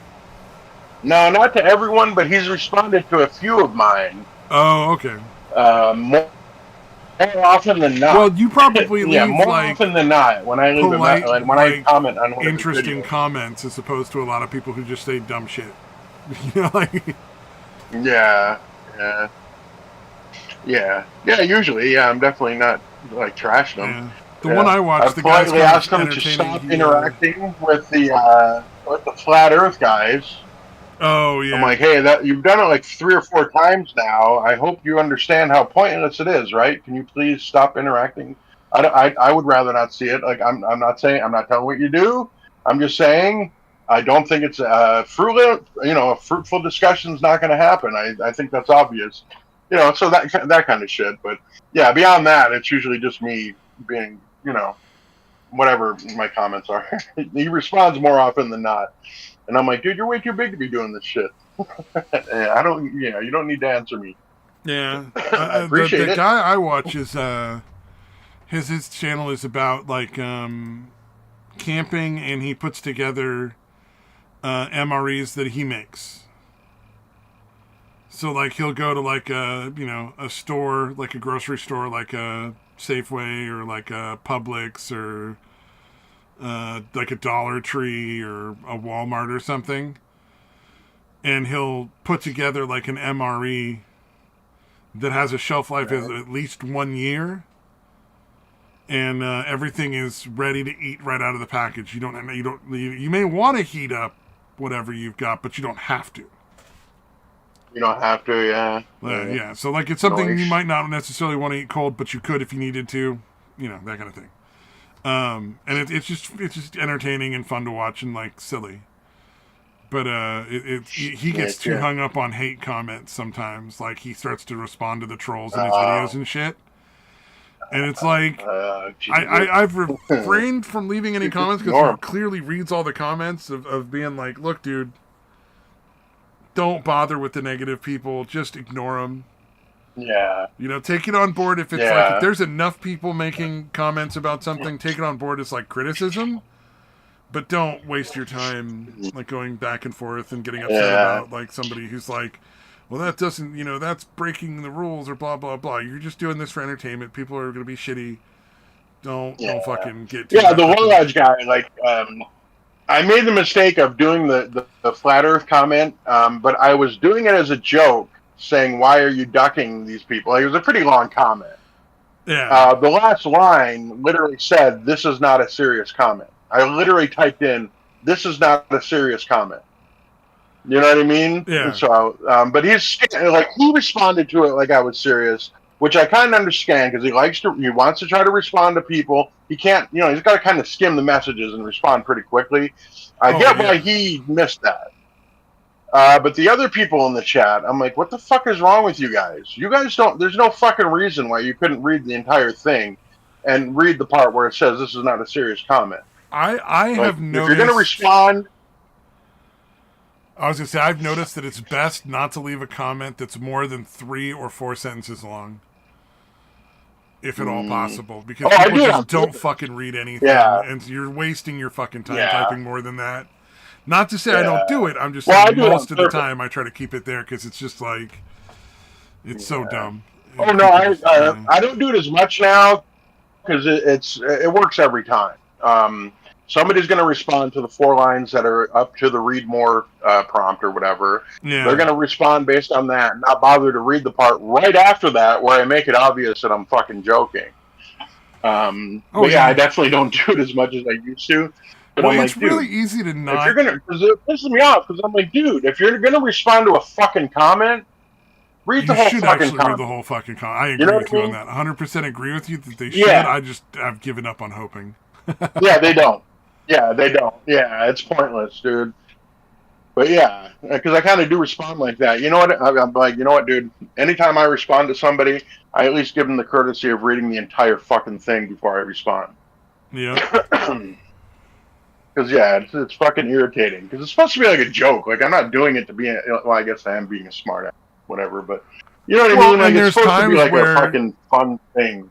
There's times where I've read comments, and it's like the first little bit, and then you gotta click the little button that says read more or whatever. And then once you get to read more, you're like, oh, they were joking. Right? Like, you read the first part, and you're like, oh, dude, what the fuck? And then you read the rest, and you're like, oh, never mind, they were just making a joke. I get it, never mind, move on. Yeah. So I'll hide some weird shit at the very like, oh, okay. Yeah, I'm kind of over it now. Like, system, like, it's not really fun anymore because there's always 2 or 3 people that are gonna Oh yeah, like I'm not going to bother to respond read to the part where I make it the. blindingly obvious. I'm not going to respond to the guy that's like, "What about Yeah, cannibals?" totally You know, read. like, or no, what was it? The Yeah. guy who was talking about God. You know, what if God wasn't there? How could they possibly know it was wrong? It's like I'm not going to respond to that Yeah, anymore. Like that's I've so. responded. I've got. Yeah, I'm not going to dude, waste my time. dude. Anytime I hear that, dude, I'm just like, so is that what's keeping you from like killing? Because if it is, please don't. I don't want to talk you out of it. Please keep believing in God. If that is actually what's keeping you from fucking harming people, Yeah. you know what I mean? Like, I don't really need that, Do and you I really just don't get the feel like idea hurting that for a people. lot of these people, they genuinely seem to think that, like, well, if God's not real, there's no reason for me not to just go out and murder everyone and do a bunch of drugs and rape people. Yeah, Like, it's creepy. it's so ridiculous. Dude. It's like the survivalist people who I used to watch who would put together these backpacks full of nothing but guns. It's like, holy shit, I never want to meet this person. Because clearly you're not planning on surviving by working really hard and finding food and growing your own food or whatever in your weird post-apocalyptic fantasy. Yeah. You're clearly planning to just go kill your other people fantasy and is take to their steal shit. everybody else's shit. Yeah. I still love the people that think they're going to go live out Yeah, in they're the gonna woods. kill and fucking take their shit. Yeah. I still But love yeah, the no, people I that guess are going to go live again, out if in the anybody woods. that Like, believes it, yeah, like I said, there probably are some people. yeah. Yeah, I don't know. Yeah, there probably are people that that religion actually please keep believing. You know what I mean? Yeah. Oh yeah. No. Absolutely keep believing in it. If that's really the only thing stopping you, I do not. Oh, I don't bother trying to talk anybody out of their fucking beliefs anyway, as far as religion and that. But yeah, even if I was, I'd be like, no, you keep believing, buddy. If you genuinely believe the only thing stopping you from being even just being a shitty person, forgetting about killing, stealing, or any of that kind of shit, then believe in whatever you have. Yeah, it seems very odd.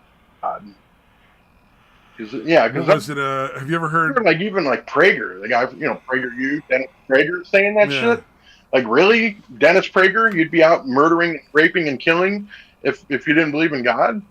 Some of those people are Like, just okay, fucking well in that lying. case, yeah, keep believing.